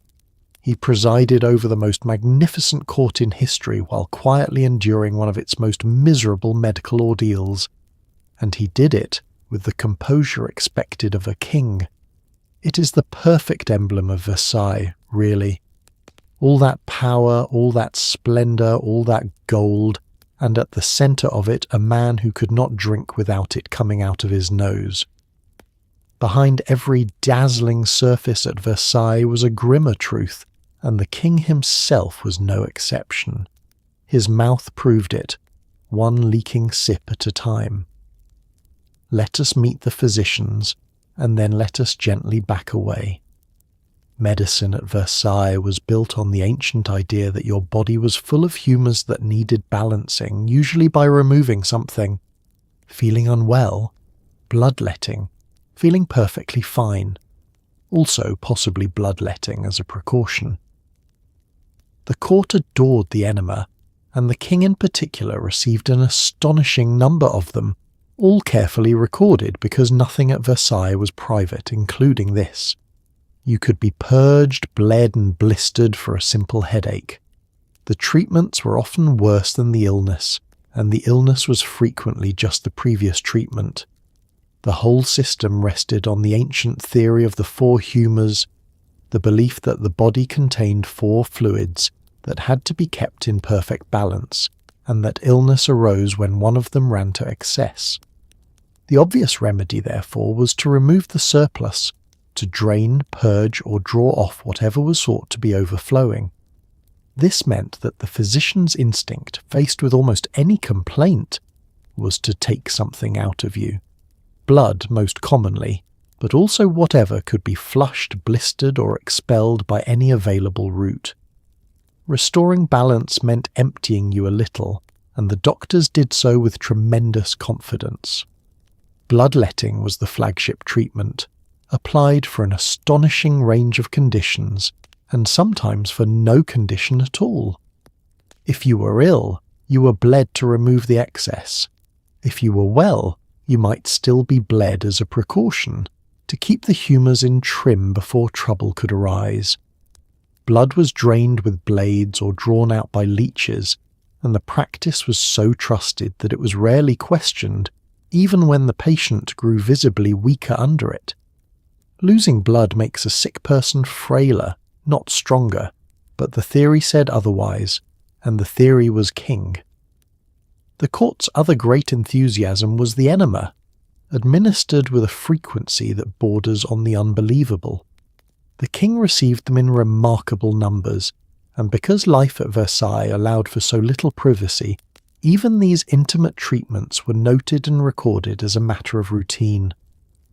The general approach to any ailment was to purge the body vigorously, to flush it out from every possible direction, in the firm belief that clearing the system would carry the sickness away with it. Between the bleeding and the purging, a patient under a physician's care was subjected to a relentless campaign of removal that left the body drained in every sense.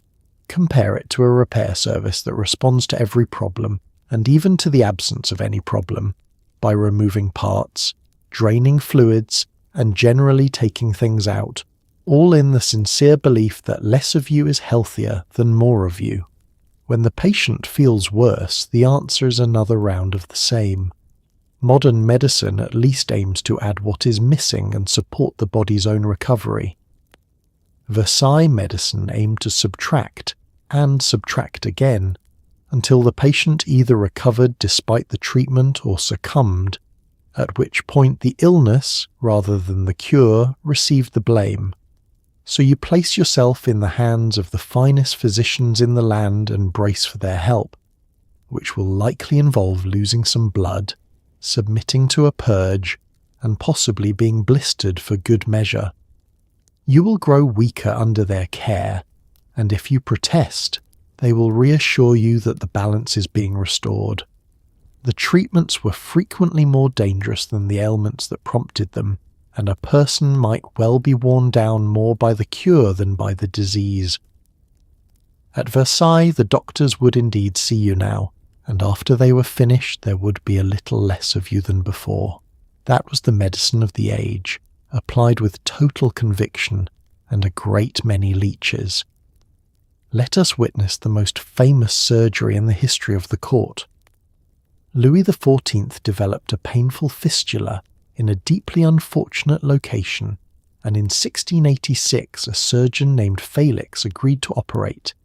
Having first practiced the procedure on a supply of ordinary patients to make sure it worked. There was no anesthesia. The king endured it with legendary composure, and here is the disturbing fashion twist. Once the king recovered, sympathetic courtiers began appearing at Versailles, wearing bandages in the very same delicate region, whether they needed them or not, just to show solidarity. Nothing says loyalty like pretending to share the king's rear end. The king's affliction was an anal fistula, a painful and stubborn condition in an area that offered no dignity and no easy remedy. It caused him real suffering, and it resisted the usual treatments, so eventually surgery became the only option. The task fell to a surgeon named Charles-François Felix, who faced the enormous pressure of operating on the most important body in the kingdom, knowing that failure would be catastrophic for the king and very possibly fatal for himself. This was not a procedure to attempt on instinct, and Felix took the danger seriously in a way that was both prudent and horrifying. To prepare, Felix reportedly practiced the operation extensively beforehand, honing his technique on ordinary people suffering from similar conditions, and even developing specialized instruments for the task. In other words, a supply of common patients served as the rehearsal for the royal performance, so that when the moment came, the surgeon's hand would be sure. Whatever became of all those practice cases is not a cheerful thought, but the goal was singular. Nothing could be allowed to go wrong with the king, and so a great deal was risked on others to guarantee it went right on him. When the day arrived in 1686, the operation was performed with no anesthesia worthy of the name, because none existed. The king endured the surgeon's blade and the manipulation of that tender region while fully conscious, and by all accounts he bore the ordeal with remarkable composure, maintaining the dignity expected of a monarch even under such extremity. The procedure succeeded. The king recovered, and Felix was rewarded handsomely for his nerve and skill. The Sun King had survived a surgery that many would not have dared attempt, and he had done so without flinching, which only added to his legend. Now for the truly extraordinary part, the detail that captures the spirit of the court perfectly. Once it became known that the king had undergone this particular operation in this particular region, fashionable courtiers began to appear wearing bandages in the same delicate area, whether or not they had any medical reason to do so. It became a way of expressing sympathy and solidarity with the suffering monarch, a demonstration of loyalty worn, of all places, on the backside. People imitated the king's affliction as a fashion, padding and bandaging themselves to mirror his condition, because at Versailles even the king's most private surgery could become a trend. Consider what this reveals about the gravitational pull of the monarch. So total was the court's fixation on the king that his subjects would mimic his very wounds, dressing themselves to share in an ailment nobody would ordinarily wish to advertise. It is a bit like a devoted fan base adopting an idol's injury as a badge of honour, except performed by grown aristocrats regarding the king's rear end. The king suffered, endured, and recovered, and the court responded by pretending to suffer alongside him in the same unmentionable spot. That is loyalty at Versailles, sincere, absurd, and bandaged in the most undignified place imaginable, worn with pride by people who are perfectly healthy. It is evening, which means it is time to watch the king eat.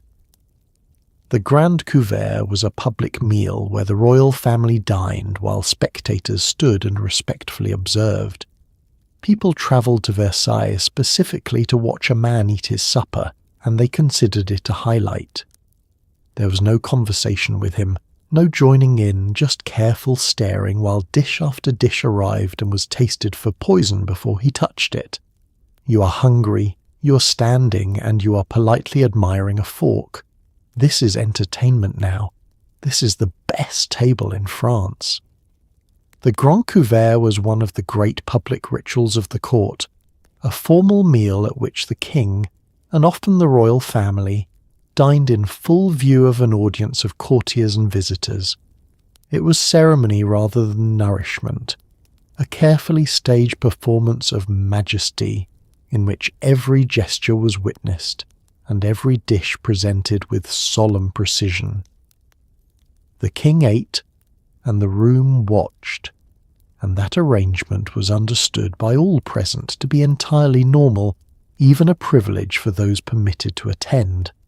Eating, like waking and dressing, was simply another occasion for the monarchy to be seen.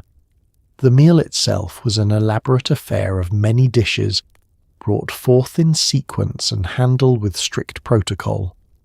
Before the king ate, his food and drink were tested for poison, a precaution that reflected the very real fears of the age, which we'll come to shortly. Attendants performed their assigned roles with ceremony, and the whole production unfolded at the stately pace that all court ritual demanded. It was less a supper than a piece of theatre, with the king as both the star and the entire plot, and the audience's job was simply to observe with appropriate reverence and admiration. For the spectators, the experience was oddly passive. There was no conversation with the king, no shared meal, no participation of any kind. You did not sit, you did not eat, you did not speak to him. You stood at a respectful distance, and you watched a man consume his dinner. And remarkably, people considered this a genuine highlight, something worth travelling to Versailles to witness. Visitors of appropriate standing could come to observe the king dining, and they went away having seen royalty at its supper, which was, in that world, a story worth telling for the rest of their lives. Picture standing in a room, hungry on your aching feet, watching someone else eat a lavish meal you cannot touch, and regarding this as one of the finest experiences available to you. It is a bit like the modern spectacle of watching others eat as entertainment, except performed in person, in silence, with the audience standing at attention and the diner being the most powerful person in the country. There is no interaction, no relief for your own hunger, only the privilege of proximity and the honour of having watched the king lift his fork. The meal fed him. It fed you nothing but status. So you take your place among the respectful onlookers, and you watch the king dine, dish after dish, tasted for poison, and presented with ceremony, while your own stomach quietly complains. You will find it, against all modern instincts, to be a mark of favour that you were allowed in the room at all, and you will leave having eaten nothing, having spoken not a word to the monarch, having simply stood and admired the act of another person having supper. This was entertainment at the greatest court on earth. The king ate, the room watched, and everyone agreed it was the best seat in France, even though nobody in the audience was permitted to sit or, for that matter, to eat. Let us discuss one of the most invasive customs of all. Royal births were public. To guarantee there could be no swapping of babies and no doubt about the legitimacy of an heir, crowds of courtiers were permitted to pack into the room and watch a queen give birth in real time. There was no privacy, no gentle quiet, just an audience craning for a view of the single most vulnerable moment of a woman's life. It was tradition, it was politics, and it was horrifying. The most guarded people in the kingdom had no right to a closed door, not even then. The reasoning behind this custom, though brutal in practice, followed a cold political logic. The legitimacy of a royal heir was a matter of the highest importance, because a kingdom's stability could rest upon it, and any doubt about whether the child born was truly the queen's own could become a weapon in the hand of rivals. To eliminate that doubt entirely, the birth was made public, witnessed by a crowd, so that no one could later claim a baby had been secretly swapped or smuggled in.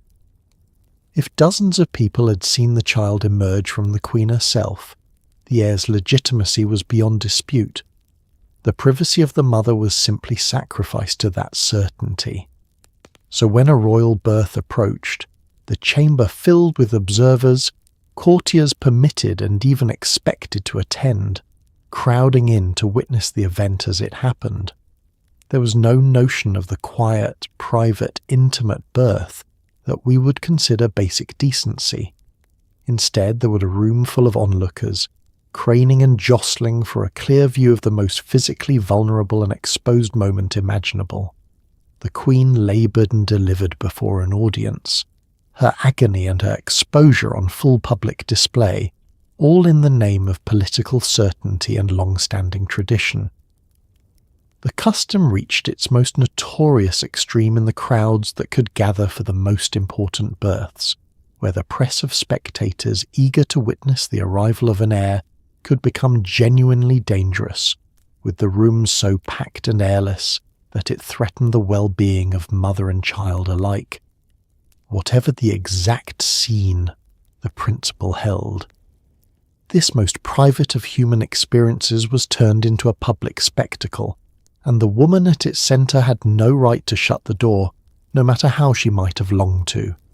Her body, in that moment, belonged to the politics of succession, not to herself.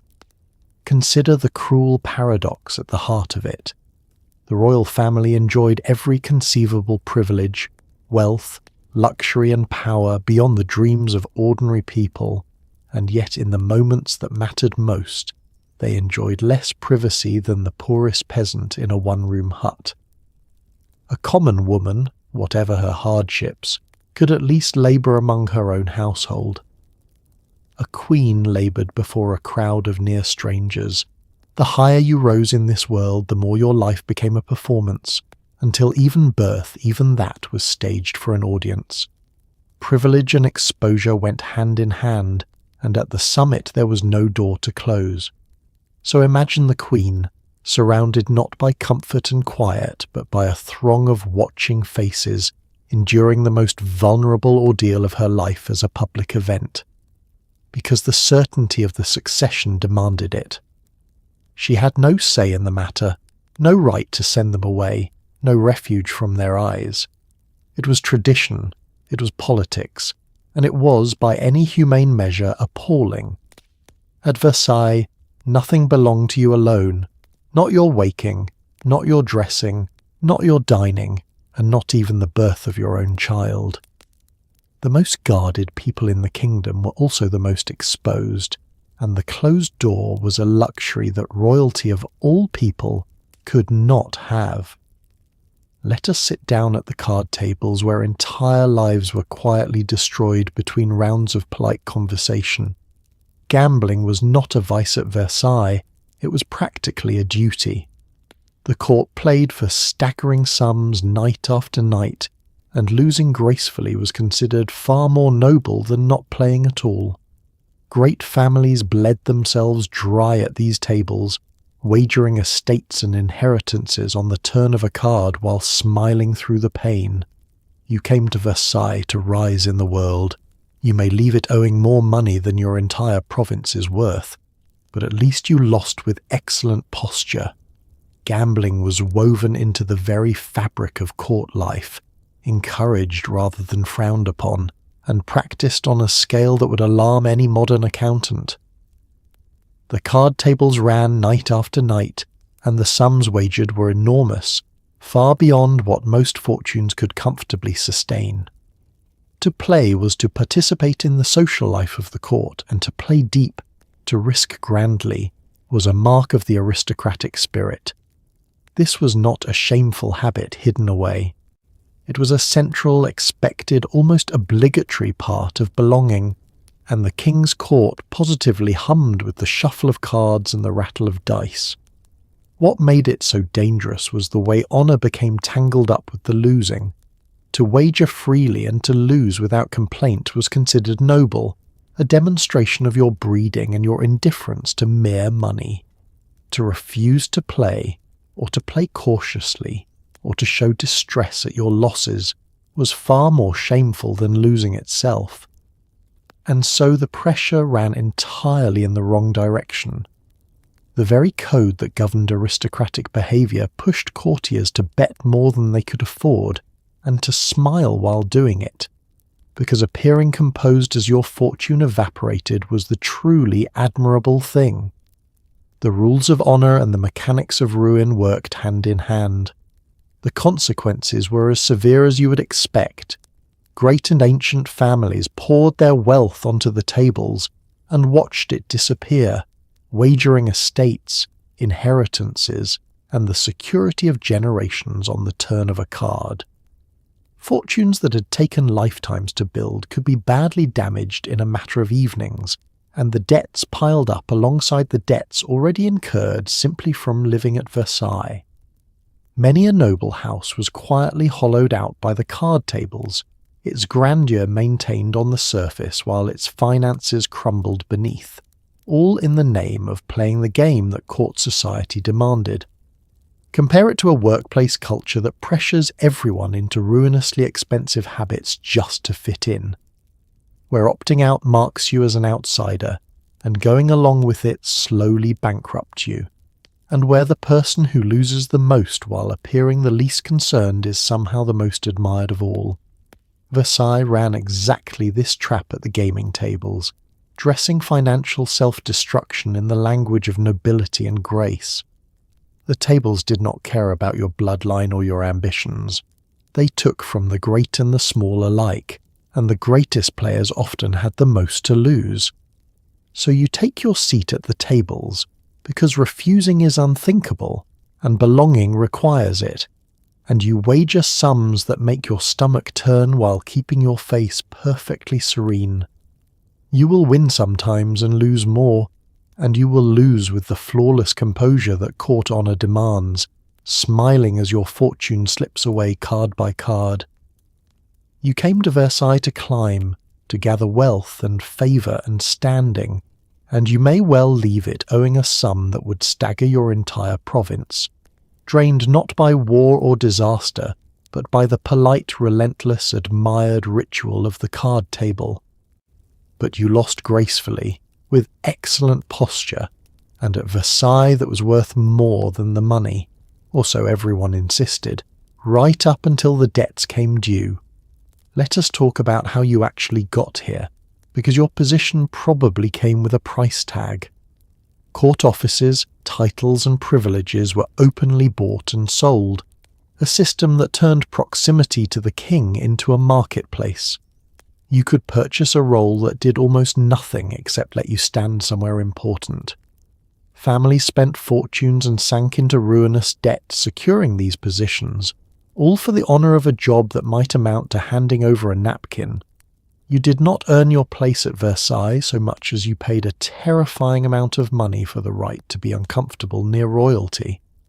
The sale of offices was an established and accepted part of how the court and the wider state functioned.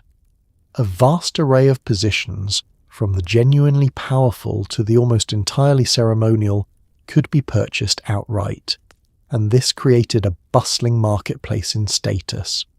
If you had the money and the ambition, you could buy your way into a role at court, acquiring not merely a title, but the access and standing that came with it.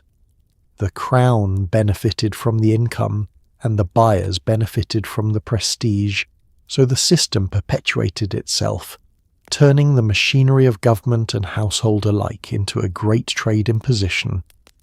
Many of these purchasable offices carried duties that were, to put it kindly, minimal. Some existed almost entirely to confer honour and proximity rather than to accomplish anything useful.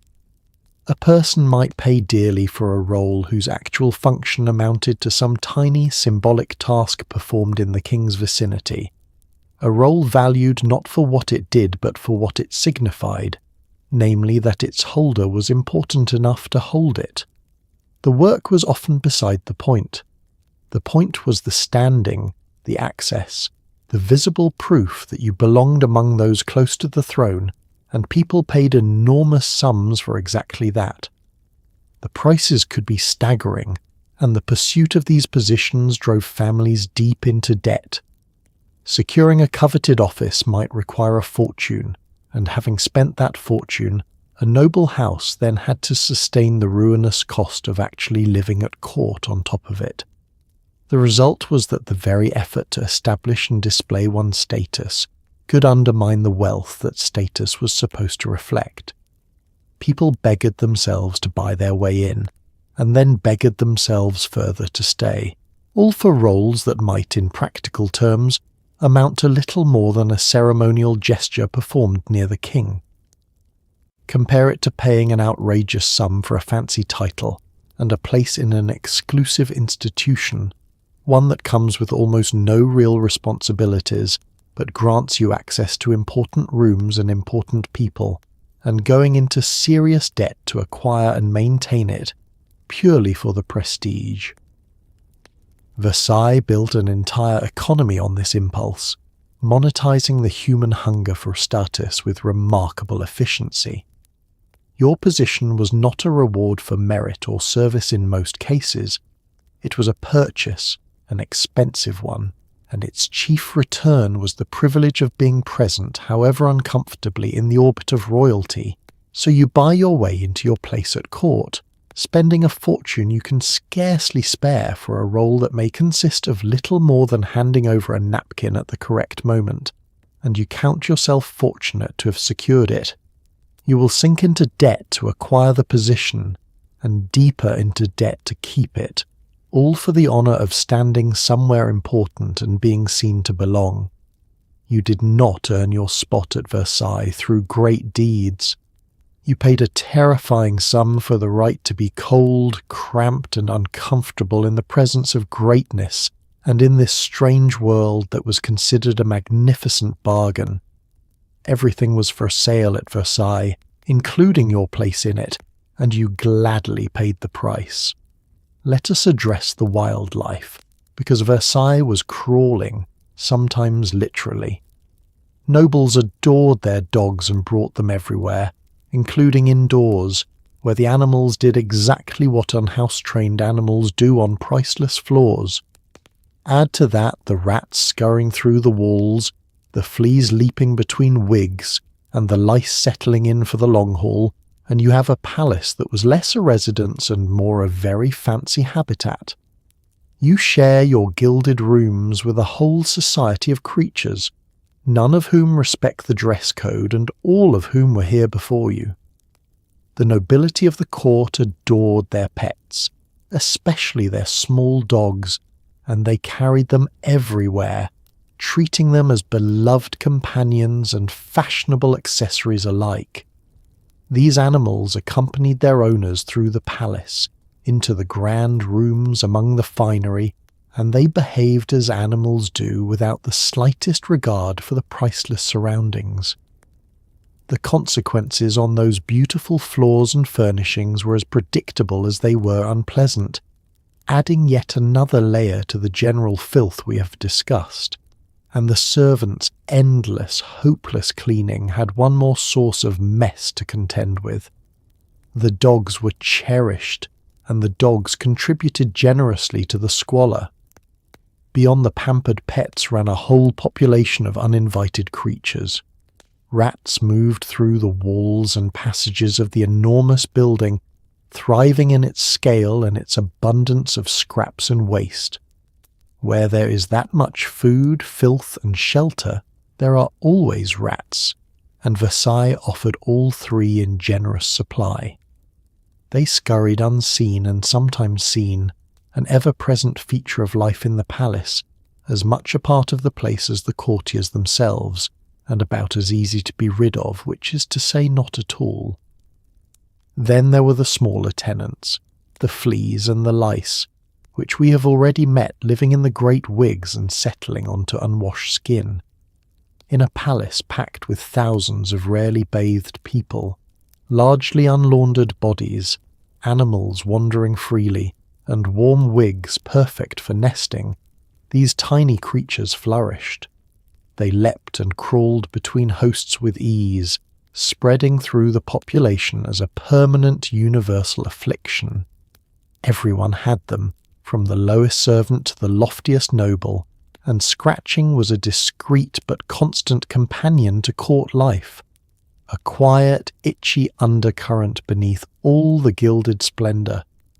Picture the most beautiful, most expensive home imaginable, and then imagine sharing it with beloved but unhouse-trained pets, a thriving population of rats in the walls, and a permanent infestation of fleas and lice among all the residents.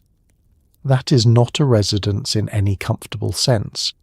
It is a habitat, a bustling ecosystem, in which the human occupants are merely the largest and best-dressed species present.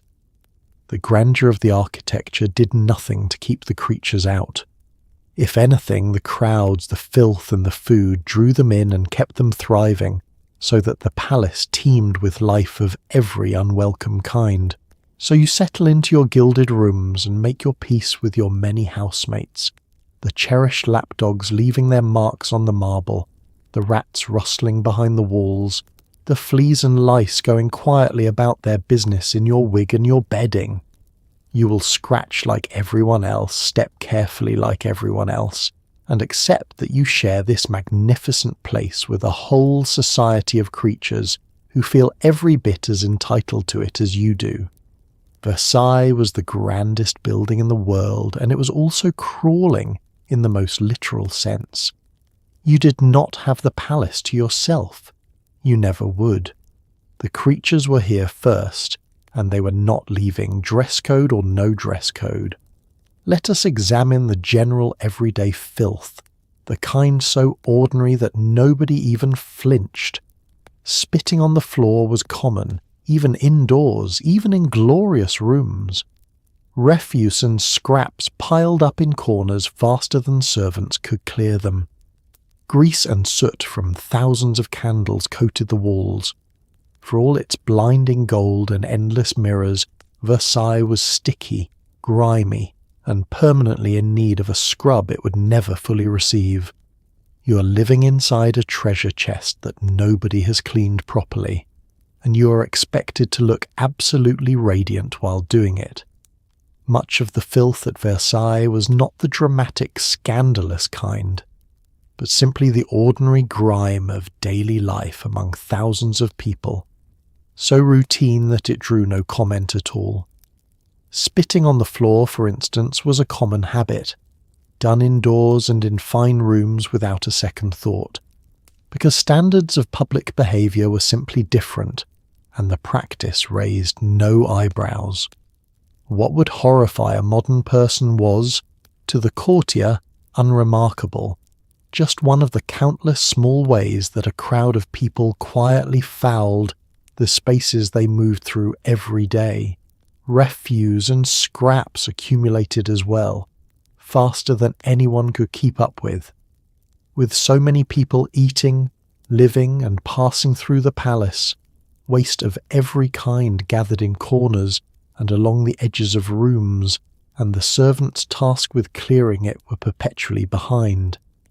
It was the same losing battle they fought against every other form of mess, an endless tide of debris generated by an enormous population living at close quarters.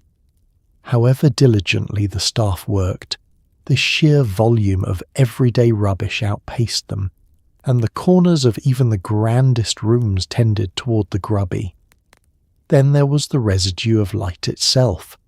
The palace was illuminated by thousands upon thousands of candles, and all that flame produced grease and soot that drifted upward and settled onto the walls, the ceilings, the furnishings, and everything else. Over time, this coated surfaces in a film of grime, dulling the splendour and adding a greasy layer to the accumulated dirt. The very light that made the halls glitter in the evenings was quietly staining them, so that the brilliance of a candlelit Versailles came at the cost of a slow, sooty coating creeping over its magnificence. Think of a gorgeous, expensive space that simply never gets cleaned thoroughly enough, where the surface glamour hides a persistent grubbiness, sticky underfoot, grimy in the corners, filmed over with the residue of daily use. Now scale that up to an enormous palace housing thousands, and remove the modern conveniences that make deep cleaning possible, and you have Versailles. All the gold in the world could not change the fact that a building this crowded, this busy, and this lit by open flame was fighting a constant, losing war against its own filth, and the war was never truly won. So you make your home inside this glittering, grimy treasure chest, stepping over the scraps in the corners, mindful of the spit on the floor, breathing air faintly touched by soot, all while maintaining the flawless radiance that court life demands. You will look magnificent against walls slowly darkening with candle grease, and you will move gracefully across floors that no amount of scrubbing can keep truly clean. That was the essential trick of Versailles: to appear dazzling while immersed in dirt, to embody splendour in a setting that was, underneath it all, sticky and grimy and permanently overwhelmed. The palace blinded you with gold and mirrors and hoped you would not look too closely at the floor. Most people obliged. Let us talk about paranoia, because for a stretch of years the court was gripped by genuine terror of poison. During the notorious affair of the poisons, investigators uncovered a shadowy trade in toxic potions, and the scandal reached alarmingly high, brushing against people close to the king himself. Fortune-tellers and poison sellers were arrested, and suddenly every sudden illness looked suspicious, and every rival looked like a suspect. This is why the king's food was tasted, why trust was scarce, and why a friendly cup of wine at court could set your heart racing for entirely the wrong reasons. Smile at your enemies, but never drink what they pour. The affair of the poisons was one of the great scandals of the reign, a sprawling investigation that exposed a hidden underworld operating beneath the glittering surface of French society. Investigators uncovered a network of fortune-tellers, alleged sorcerers, and sellers of poisons and secret potions, patronized by people seeking to rid themselves of inconvenient rivals, spouses, or obstacles. What began as an inquiry into suspicious deaths grew into something far larger and more alarming, revealing that beneath the refinement of the age ran a dark trade in murder for hire, dressed up in the trappings of magic and secret remedies. What made the scandal so terrifying was how high it reached. The investigation did not confine itself to the lowly and the criminal, but implicated figures of considerable standing, and its shadow fell uncomfortably close to the king himself, touching people within his own circle. When a scandal of poisoning and dark dealings brushes against those nearest the throne, the effect on the mood of the court is profound. Suddenly the danger was not distant or theoretical. It was intimate, present, potentially seated at the next table, and no one could be entirely sure who might be involved or who might be a target. The consequences rippled through every interaction. In an atmosphere thick with suspicion, every sudden illness or unexpected death took on a sinister possible meaning, and every rival became a potential poisoner. This is the fear that lay behind the careful tasting of the king's food and drink, the precaution against exactly the kind of hidden threat the scandal had revealed. Trust, never abundant in a court built on competition, grew scarcer still. A gift of food, a poured cup of wine, a friendly gesture from someone who might wish you ill, all of it now carried a shadow of possible danger. Consider how it must have felt to move through the court in those years, surrounded by beautiful, smiling people, any of whom might, for all you knew, have visited one of those shadowy cellars. The refinement remained, the ceremonies continued, the perfumed and painted courtiers glided through the golden halls as always, but beneath the surface ran a current of genuine dread. It is a bit like discovering that a hidden and lethal trade has been operating among people you thought you knew, and realizing that the polished faces around you might conceal exactly that. The elegance did not vanish. It simply acquired a chill. So you learn to be careful about what you eat and drink, to be wary of the friendly cup and the generous gift, to smile at your enemies while never quite trusting what they offer you. You will move through the court with the same grace as everyone else, and the same quiet vigilance, aware that the beautiful surface of Versailles concealed a world where poison was a real and proven danger. The tasting of the king's food was not mere ceremony.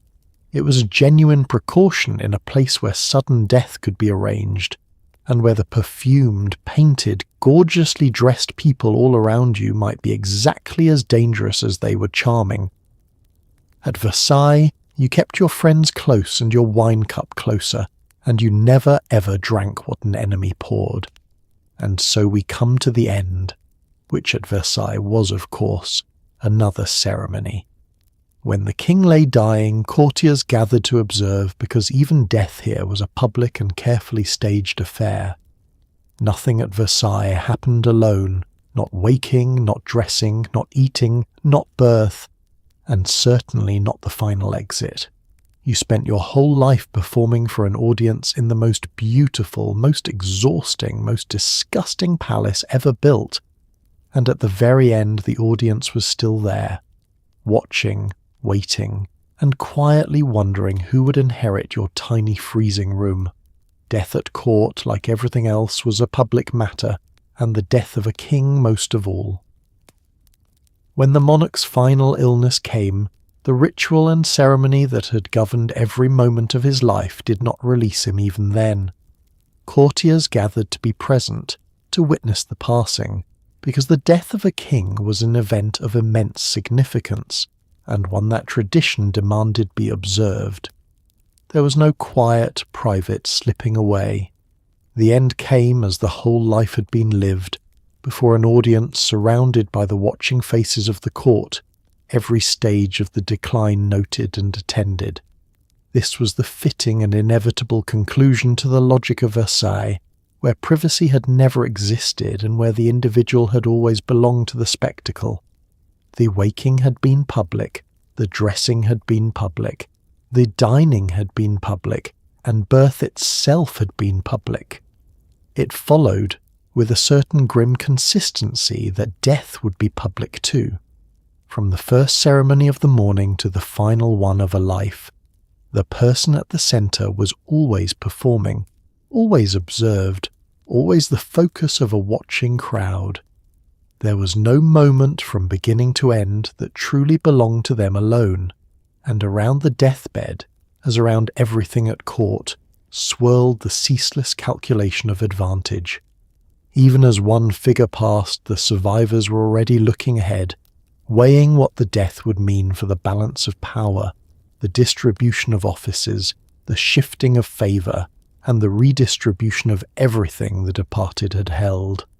The scramble for position never paused, not even for death.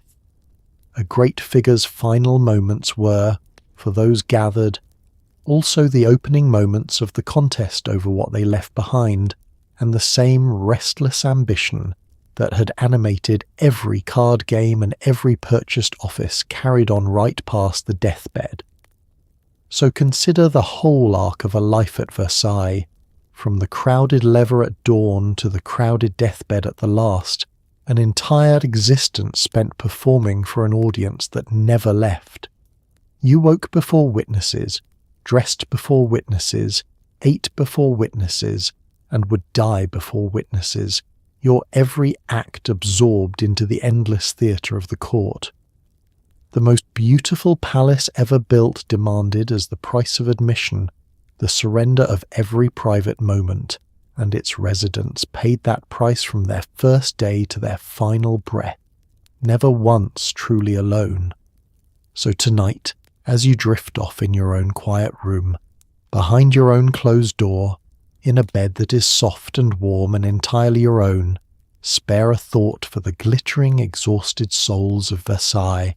They lived amid gold and mirrors and endless splendour, and they paid for it with frozen wine, rotting teeth, aching feet, ruinous debt, and a total absence of privacy from the cradle to the grave. They were the most envied people of their age, and they were never once left in peace. History is beautiful and absurd and frequently disgusting, and the grandest palace ever built was proof that even paradise, if it comes with an audience of 10,000 and no working toilet, is a very tiring place to live. Rest well. Your room is small, but the door closes and no one is watching you sleep. So there it is, a single day and night inside the most magnificent building the world has ever seen. You woke to a crowd watching you rise, hunted in vain for a working toilet, dodged the puddles on the marble, drowned yourself in perfume to hide the fact that you never bathed, and balanced a towering wig full of uninvited guests on top of your aching, powdered head. You painted your face with poison, covered the damage with little black velvet flies, and smiled carefully so no one would see your ruined teeth. You froze while the wine turned to ice at the king's own table, gambled away a fortune with excellent posture, and paid a terrifying sum for the privilege of being cold and cramped near royalty.